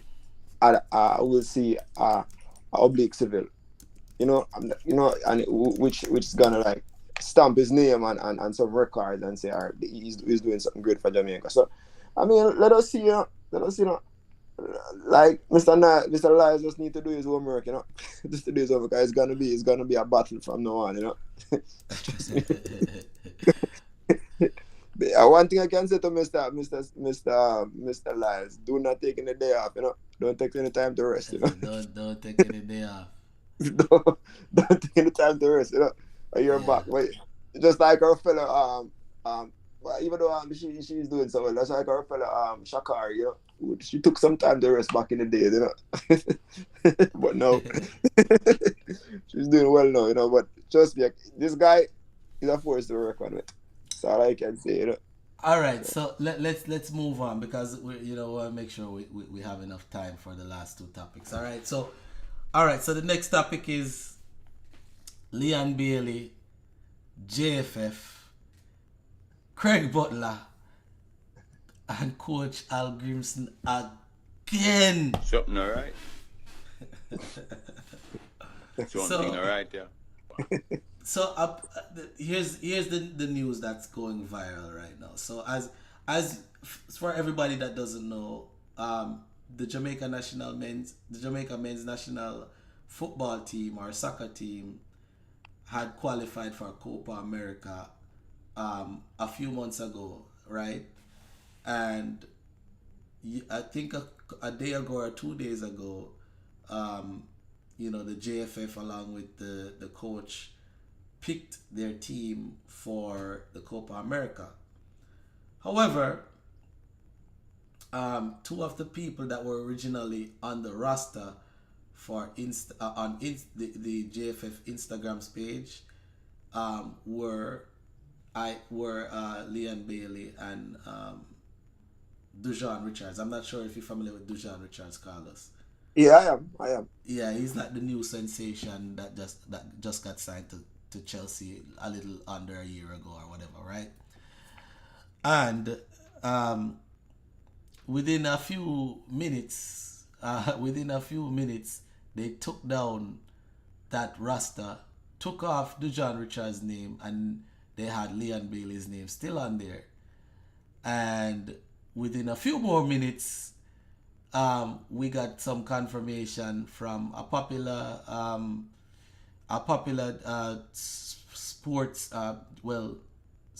football talk sports show on YouTube. Big up to Elite Sports TV with Ryan LFC. He made a call with he got Butler on the phone, which is Leon's manager, and Butler was basically saying that the Coach Halgrimson and the JFF jumped the gun with including Leon's name on there, and that Leon is still on his hiatus or his rest mode or mental break and will not be at the Copa America. What say you, Carlos? Let me say this. From ever since Leon Bailey has arrived on the scene, there has been so many controversies around his name, especially since he was under the mentorship of Mr. Butler. There has been so many controversies surrounding that, and even at this current point, we're still seeing those controversies. Like a lot of people they really want to see Leon Bailey playing for Jamaica. Some are saying that because he's playing in the English league, then he's probably like turning his back on Jamaica. And all sort of arguments are coming out, you know. But the way I look at it though, you know, I mean, Leon Bailey has his reason why he might think that he needs to take some time off because he has expectation, and I just think that those expectations that he has for the Jamaican team, they are not being met. Because when he compared what the type of lifestyle that he's exposed to on the international scene, he's looking forward to those same form of energy when he come to play for Jamaica. I just think that lacks professionalism. But while I agree with him to a large extent, you know, but sometimes you still have to realize that Jamaica is still devoid of a lot of like resources that needs to be a part of the football federation, which I think the federation overall need to make some adjustment. But I don't think they can really always like fulfill all his needs, given the issue of the Jamaican Football Federation and the fact that it needs financial support and a lot that needs to keep it going. So the other day when they put Leon Bailey's name on the roster, and I realized I see a comment later on that said Leon Bailey said misleading. I laughed because I was like, you know, I thought it was good news because I was like, all right, Leon Bailey decided to play, but come to think about it, Leon Bailey is still resting, and then that is supported by the great Butler again. You know, the great Butler was saying, no, Mr. Leon Bailey is taking some time to rest. You know, I just think like, you know what, I think they can put the difference aside. You know, they can put the difference aside, but I just think really and truly there has to be some. They can meet each other halfway, honestly, and in the same light though. If Leon Bailey says that he's a person, he loves it, he loves Jamaica, he's loyal to Jamaica. As I watch him on an interview, he's loyal to Jamaica, and he really want to be a part of the someone who make a difference in Jamaica team. Because one thing I realized, one of the greatest achievement for any footballer, if you get a chance to play in the European League or Euro 2000, or you get a chance to play in the World Cup, then that makes a big difference, you know. So I think if Leon Bailey actually get a chance to play World Cup for Jamaica, that would be a big thing, you know. But then again, I mean, there are some differences which need to be resolved. But if you should ask me what I really love to see Leon Bailey playing for Jamaica, honestly, because not to say football is a one-man show or one person alone can do it, but I mean, with him being a part of the mix, it can make a big difference, you know. But I mean, it just are still gonna be up for dialogue as of right now because they still have their underlying issues and concerns which need to be dealt with.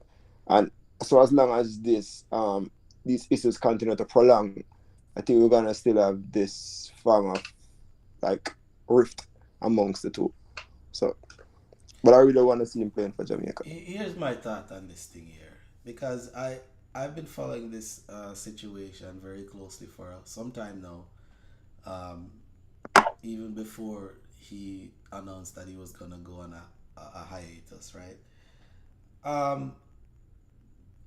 I'll be honest, Leon Bailey has been playing for the national team for about 3 or 4 years now, and I can count on my hand on one hand how many good performances Leon has had since he started to play for Jamaica.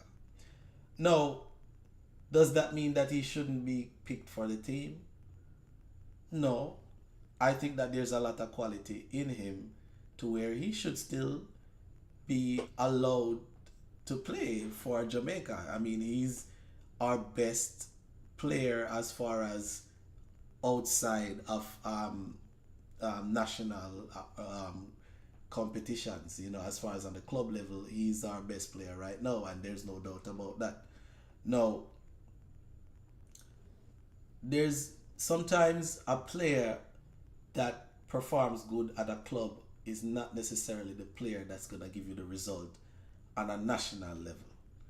And that might be for various reasons. But the reason I am surmising in Leon Bailey's situation is that I don't think Leon Bailey has the passion in him to play for Jamaica. And even though he says he loves his country and all that stuff, I just don't think that Leon has that fire in his belly to play for Jamaica. I don't think that Leon is ready to run through a wall to go out there and play for Jamaica. when you're playing for your national team, you need players that want to be there and that are willing to stick it out even through things that are probably uncomfortable. Look, I'm not saying that they should be in uncomfortable situations, you know. But what I'm saying is the attitude should be, I love my country so much, or I care about this so much that I want to play even when things aren't 100%. Yes, we're going to protest and try to get things better. But meanwhile, in the midst of the process, I still want to go out and play. Maybe not every single game, but at least the important competitions. I want to be there for it. No, Leon, back in, I think, January or February, after we played the Canada game, right, said he's going to take a break after the whole thing where he got a suspension from the coach because he went to some party or whatever. And, you know, the coach let him play the first game in Canada, first game in Jamaica, but he didn't play the second game in Canada.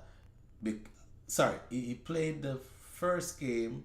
Actually, no, he played both games, but he didn't play the second calling or the second international window when we went and played the Nation League semi-final and third place playoff, right? Because of the suspension. Now, Leon Bailey took it on himself to be upset with the coach and the JFF, which I have no problem with him being upset with the JFF, because I don't know if you follow the JFF and their history, Carlos, but they're literally, a party shop would be a disrespect to every party shop in Jamaica to call them a party shop. They're worse than that, right? Now, Leon had some very concerning things to say about the JFF, and I agree with them. There's a lot of things that are issues that are valid issues. As far as this selection now, it seems as if there was some type of dialogue between the coach and Leon, which it seemed as if he was gonna play, right? But because they put out the squad with his name on it, his manager felt that they jumped the gun, right? And put his name out. Now, it seems as if from what I'm seeing, the condition that he was gonna play under is that Leon was going to meet the team, not in the first match, but I believe to play the second and the third match. And if we make it out the round, he'll play the rest of the matches with it, you know, if we make it out the round, right? I don't agree with that, Carlos. I think that it's either you're gonna come and train with the team and be there from the start, or you're not gonna be there at all. Because that is stupidness.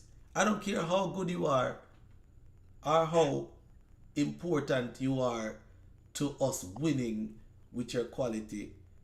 I just think that if you're not 100% there because of other reasons, and I'm not saying that his reasons aren't valid, he has valid reasons, just stay out of it. There shouldn't have been any conversations to where it got to a point to where the coach felt comfortable enough to put his name in.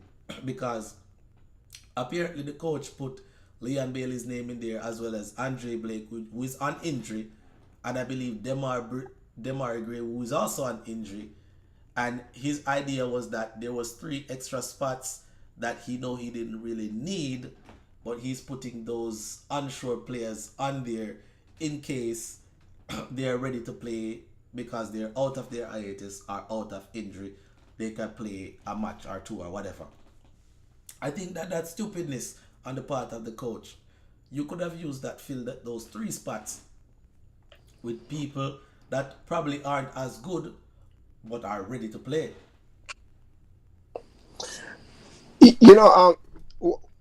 I agree with you, Tristan. I think what massive of people might be thinking that, in light of the magnitude of popularity that Leon Bailey has amassed, he's probably using this this popularity as a means to bludgeon the Jamaica Football Federation to say, this is what I want, this is what I should get. So probably he might be thinking that he should be getting special treatment, You get me? And if those needs are not being met, then it's gonna be. It's just like he's just giving them an ultimatum, you know.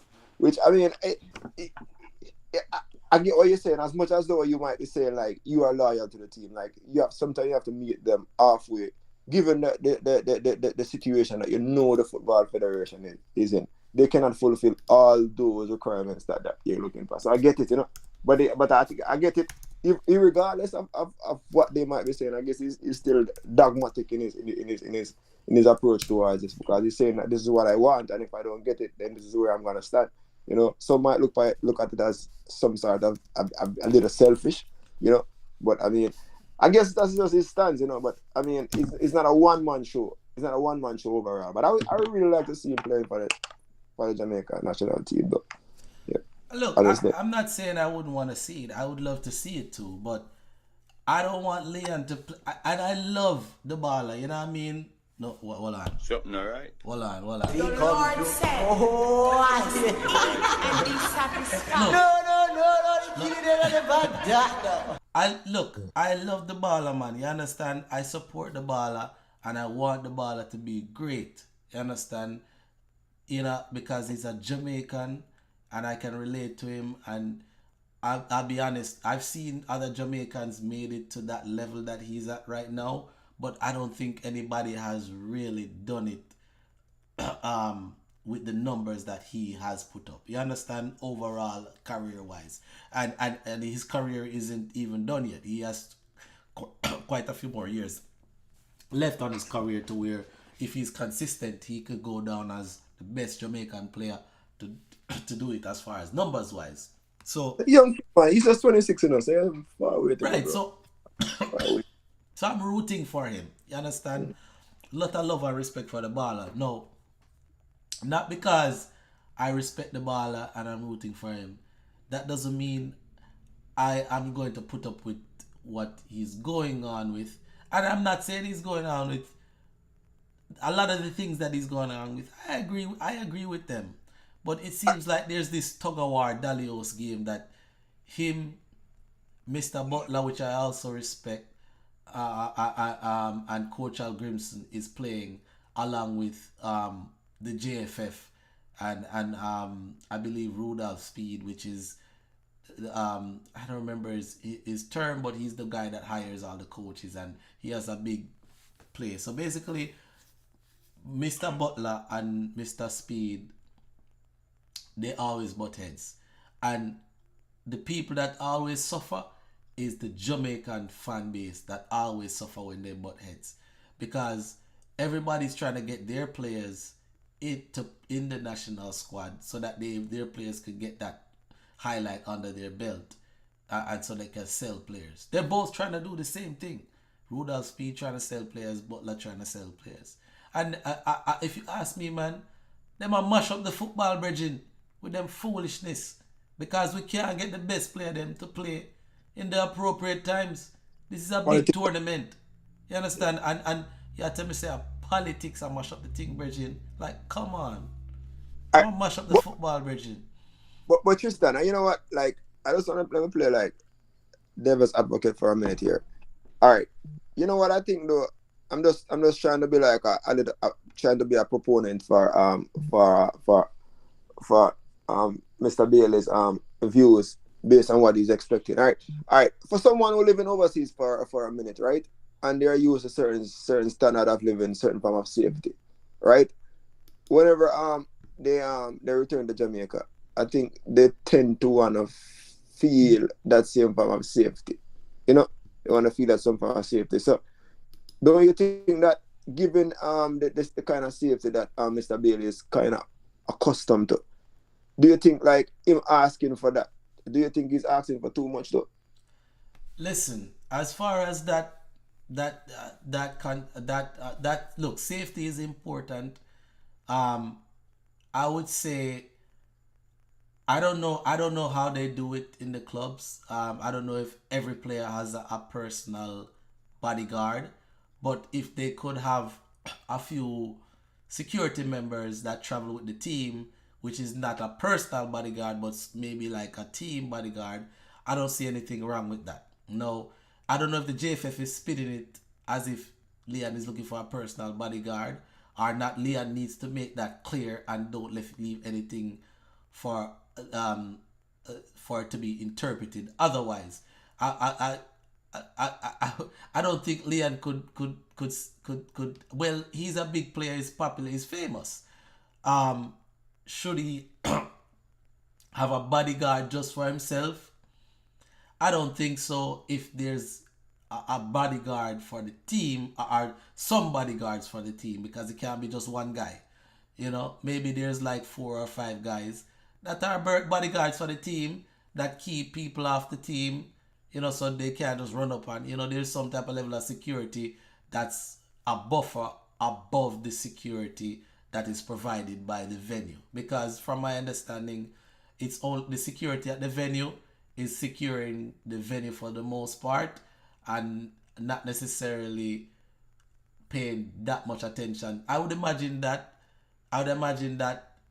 yes, they're paying attention to the players, of course, but their overall work is the security of everyone and the venue and, you know, the asset, basically.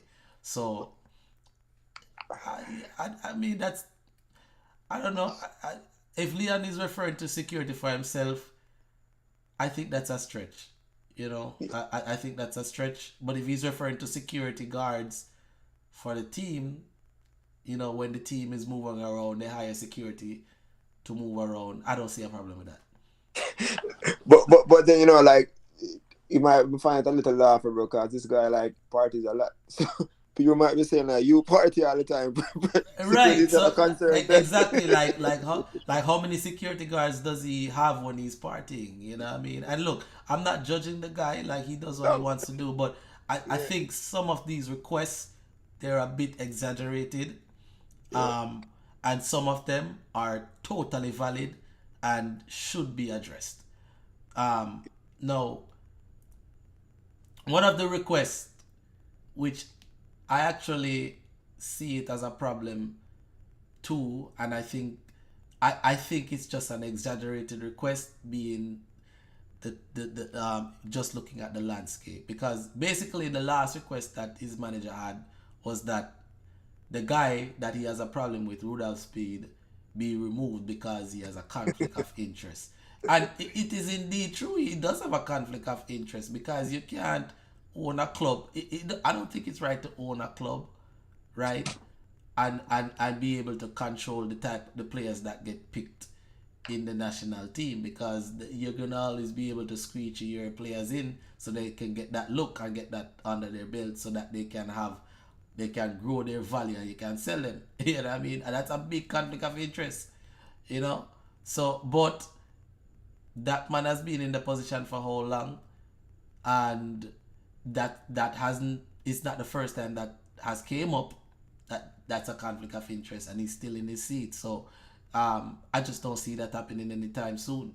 So, you know, apparently Leon is not gonna ever be playing, even when it comes to the World Cup time. The only thing I'm saying, Carlos, is that when it comes to World Cup time, when we actually do make it to the World Cup without Leon, I don't want to see Leon come and saying he want to play for Jamaica so he can play the World Cup.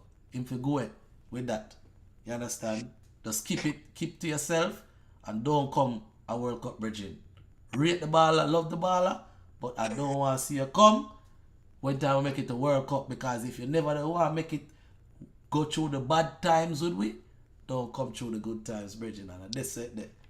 You know that, like, the way how we Jamaicans are, I would not be surprised if Leon Bailey's reluctance to play on the Jamaicans, because right now that would probably, I wouldn't be surprised if that changed in the future when Jamaica qualified, and they will happily use him on the team. Dude, who doesn't want to play a World Cup? And honestly, I'm surprised. That is dream, you know? He mentioned that is dream, you know. He said he want to play in a World Cup because that's the highest point for the baller to play in. Even though Jamaica is not even Jamaica might go in the World Cup and not even win one match, but the fact that you go and play that alone is great. You know what I mean? It's a big deal. I'm actually surprised he didn't want to play. Well, I don't know. Maybe he did. I don't know. But I'm surprised that we are having even this issue with him playing in the Copa because the Copa is a big deal, and even all the vloggers and all the reporters from overseas that they're talking about how well Leon has done and how they're hoping to see him in the Copa America because the Copa America is a big deal, and now listen, Leon Bailey is doing some type of party literally the day before the first match in Copa Bridging. So hey, you know what? Leon can't listen. Leon, brother, focus on your club, focus on your party, your life, your family, Bridging, and just don't focus on Jamaica national team, Bridging. Cause look, we rate you, but we don't want you come out with a half-ass ball game, come back from party tired after come back leggy after a playing trip to come play a second match and them thing there. Bridget, stay and chill, bro. And maybe that's why I'm planning for this. So yeah, that is it. Cause he basically said when him go to Jamaica and go there to go enjoy himself, you know. So be it. Well, you know, it's just, but you know one thing though, Tristan, I realize that there's a history, you know, like it's a lot of time club ball, the footballers that are English based. Even in this case, he's not an English based footballer, cause he play overseas, but he's Jamaican. You know what the point I'm trying to make. I've seen where like the great England, their team with so many like players that play for like all the big name clubs in Europe all over. They always they never seems to amaze me. From the days of Lampard come all the way to this point, it never seems to amaze me when they play. Honestly, this is something that I've observed. And so with Leon Bailey, like as what you said, coming to Jamaica's national team, not playing in the same way like he used to play. Because remember, you know, which the team that is whenever he play in Europe or whatever, there's a different chemistry, you know. So he try to blend in right now. This kind of think as much as he is a top player, just think like he's not there so often, you know. Listen, so he's just like Aston Villa is Leon Bailey's main girl that he put her name on his will. You understand? And he makes sure he include her on his bank account and gives her password and all of these things. You see me I say? And Jamaica is the side girl when go get a slap off every now and again. You know, to love her, but him like the perk will come with it, basically. And that's where it is. I'm not go no further. You know what I mean? Alright, so we're strapped for time. I really didn't want to go over 2 hours. But you did request us to bring up this topic, the whole Vybz Kartel update. So let's try to do like 5 minutes and keep it at that. What say you about did you read what the update was for today? Honestly though, you know, the update for today, I think the last I've seen about this Vybz Kartel hearing, which I think today is the 5th day, because I mean initially it was supposed to be 4 days hearing for the Vybz Kartel station, but based on what I'm hearing, it seems as though as if it might be leading in the direction of a retrial. But yesterday I realized that the judge, were actually like throwing back some stones at the prosecution, because they're basically saying that if we are going to proceed to the direction of a retrial, then you all better make sure that you're not going to be hunting down for the witness, because if we don't want it to be a case where we have to be hunting down, because if we have to hunt down for a witness, then it's not going to work out, you know. And they brought up a lot of key points which I consider a bit valid. They also brought up the information about the cell phone being in the public's domain and how did it reach in the domain. And a lot of things as it transpire, Vybz Kartel lawyer talking about is something wrong with Kartel Heart, and that's one of that was his main argument that he was using to say they should be given a retrial. And I kind of find it a little laughable to know that the great Mr. Isaac Buchanan, who seems to be, who I would consider him to be a very intelligent man, his team of lawyers, and they planned this out thoroughly. It kind of surprised me that their main argument seems to be centering around Kartel's illness, when thinking that there are other prisoners who are in the same predicament. And in the past we have seen that And do you think that right now the judge is going to be giving preferential treatment to Kartel, saying that, hey, he's sick, so he's ill because of his grave disease, so we're gonna let him out? I just think that the argument on both for Heiser seems a little bit weak to me. But I mean, this is just me saying this on the outside, you know. I mean, I just think like I really don't know the direction where it's headed, but it seems like it's heading in the direction of a retrial to me. That's what I'm seeing so far, you know. Yeah. Do you think that any of these witnesses are even in Jamaica, and even if they're and regardless of whether they're in Jamaica or not, do you think that any of these witnesses want to go through this whole debacle again? You know, it might be surprising to know that, like, if the key witness, star witness in the case, thinks that Vybz Kartel should be where he is right now, should remain incarcerated, and he decide that, he might think that, hey, I'm gonna show up again. But history has shown that a lot of times when witnesses have gone through a trial like that and they have testified, they really don't want to go back to a similar proceeding where they have to be try to remember everything that they have said and try to say it the same exact way, because when my lawyers, they are very smart, and anything that they say differently, you know, that a lawyer will twist them up and make them seem very stupid, and that can lead to that can be advantageous to Kartel to the point where it might lead the juror to think otherwise and say, all right, we're gonna free this man. So there's a lot of gray areas when it comes to this case, and something I always said: if the witness decided not to show up, it's gonna be a smiling day. It's gonna be a big day for Kartel, honestly, because they are the savior for this case right now. But they're not the savior. They are the savior for the crown right now. The witness is the savior for the crown in this Kartel situation right now. If the witness show up, it's gonna be a disaster. It might be a disaster for Kartel. If they don't show up, then I think it's gonna be acquittal. That's what I think. Because because honestly, like, I don't want to try to be a lawyer in this situation, but right now I just think it was. I said it earlier. It was kind of stupid of the prosecution to allow the cell phone and the evidence and everything to be in the public domain. I think they were a bit short-sighted in the way when they did the trial. They were saying, like, you know what, we put him away, so this can go in the public domain, not knowing that these lawyers and they see a loophole, and they get back at them and know we're at a point where they're thinking about a retrial, and the same evidence that they used to convict him, they are thinking that they might have to use it again. It becomes a technicality. All right. Yeah. Well, we'll see where this is going. I mean, like, this is gonna be an ongoing topic. So we'll keep our eyes on it. I really didn't want to drag it out too long because we are strapped for time. But to everybody that's out there, I want to say thank you for tuning in. Big up to everybody. I really do appreciate the time that you took to watch this programming, this podcast, and I appreciate you guys very, very, very, very much. Definitely, if you're watching a rerun, salute to you. Salute to all the people that are watching the live right now.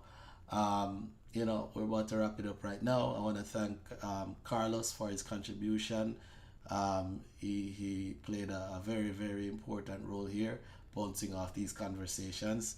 And I want to say thank you to everybody out there, and stay tuned for another live next week. So bless up on yourself and give yourself a round of applause. All right, people. So walk good, and we'll touch back later. Carlos, pick up yourself. You know the thing go. One love. All right.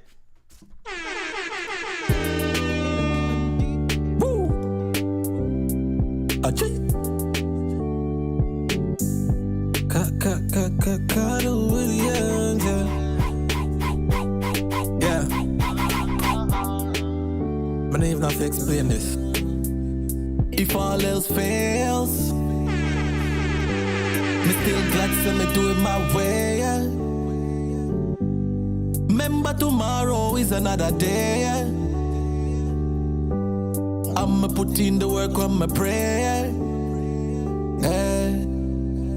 If all else fails, me still glad say me do it my way. Remember tomorrow is another day. I'ma put in the work on my prayer. Hey, conceal the pain just like a handgun. Walk round just like me no got none. Tough it out, me not show no tantrum. Me a stand up for mine, me no stand down. Man I work night shift like phantom. Till me hands numb, in a random. Me want couple new kicks, song. Pour me heart out, till the song done. Can't trick me, better miss me. Keep it 100, all when me 50. Hey Bixby, them a fi listen me. Me stay drizzly, all when me thrifty. Me not waste me life, me make memories. Me a faith in I, Jaja de there for me, Jaja de there for you. If your heart true, sing that one ya too. If all else fails, me still glad say me do it my way. Remember tomorrow is another day.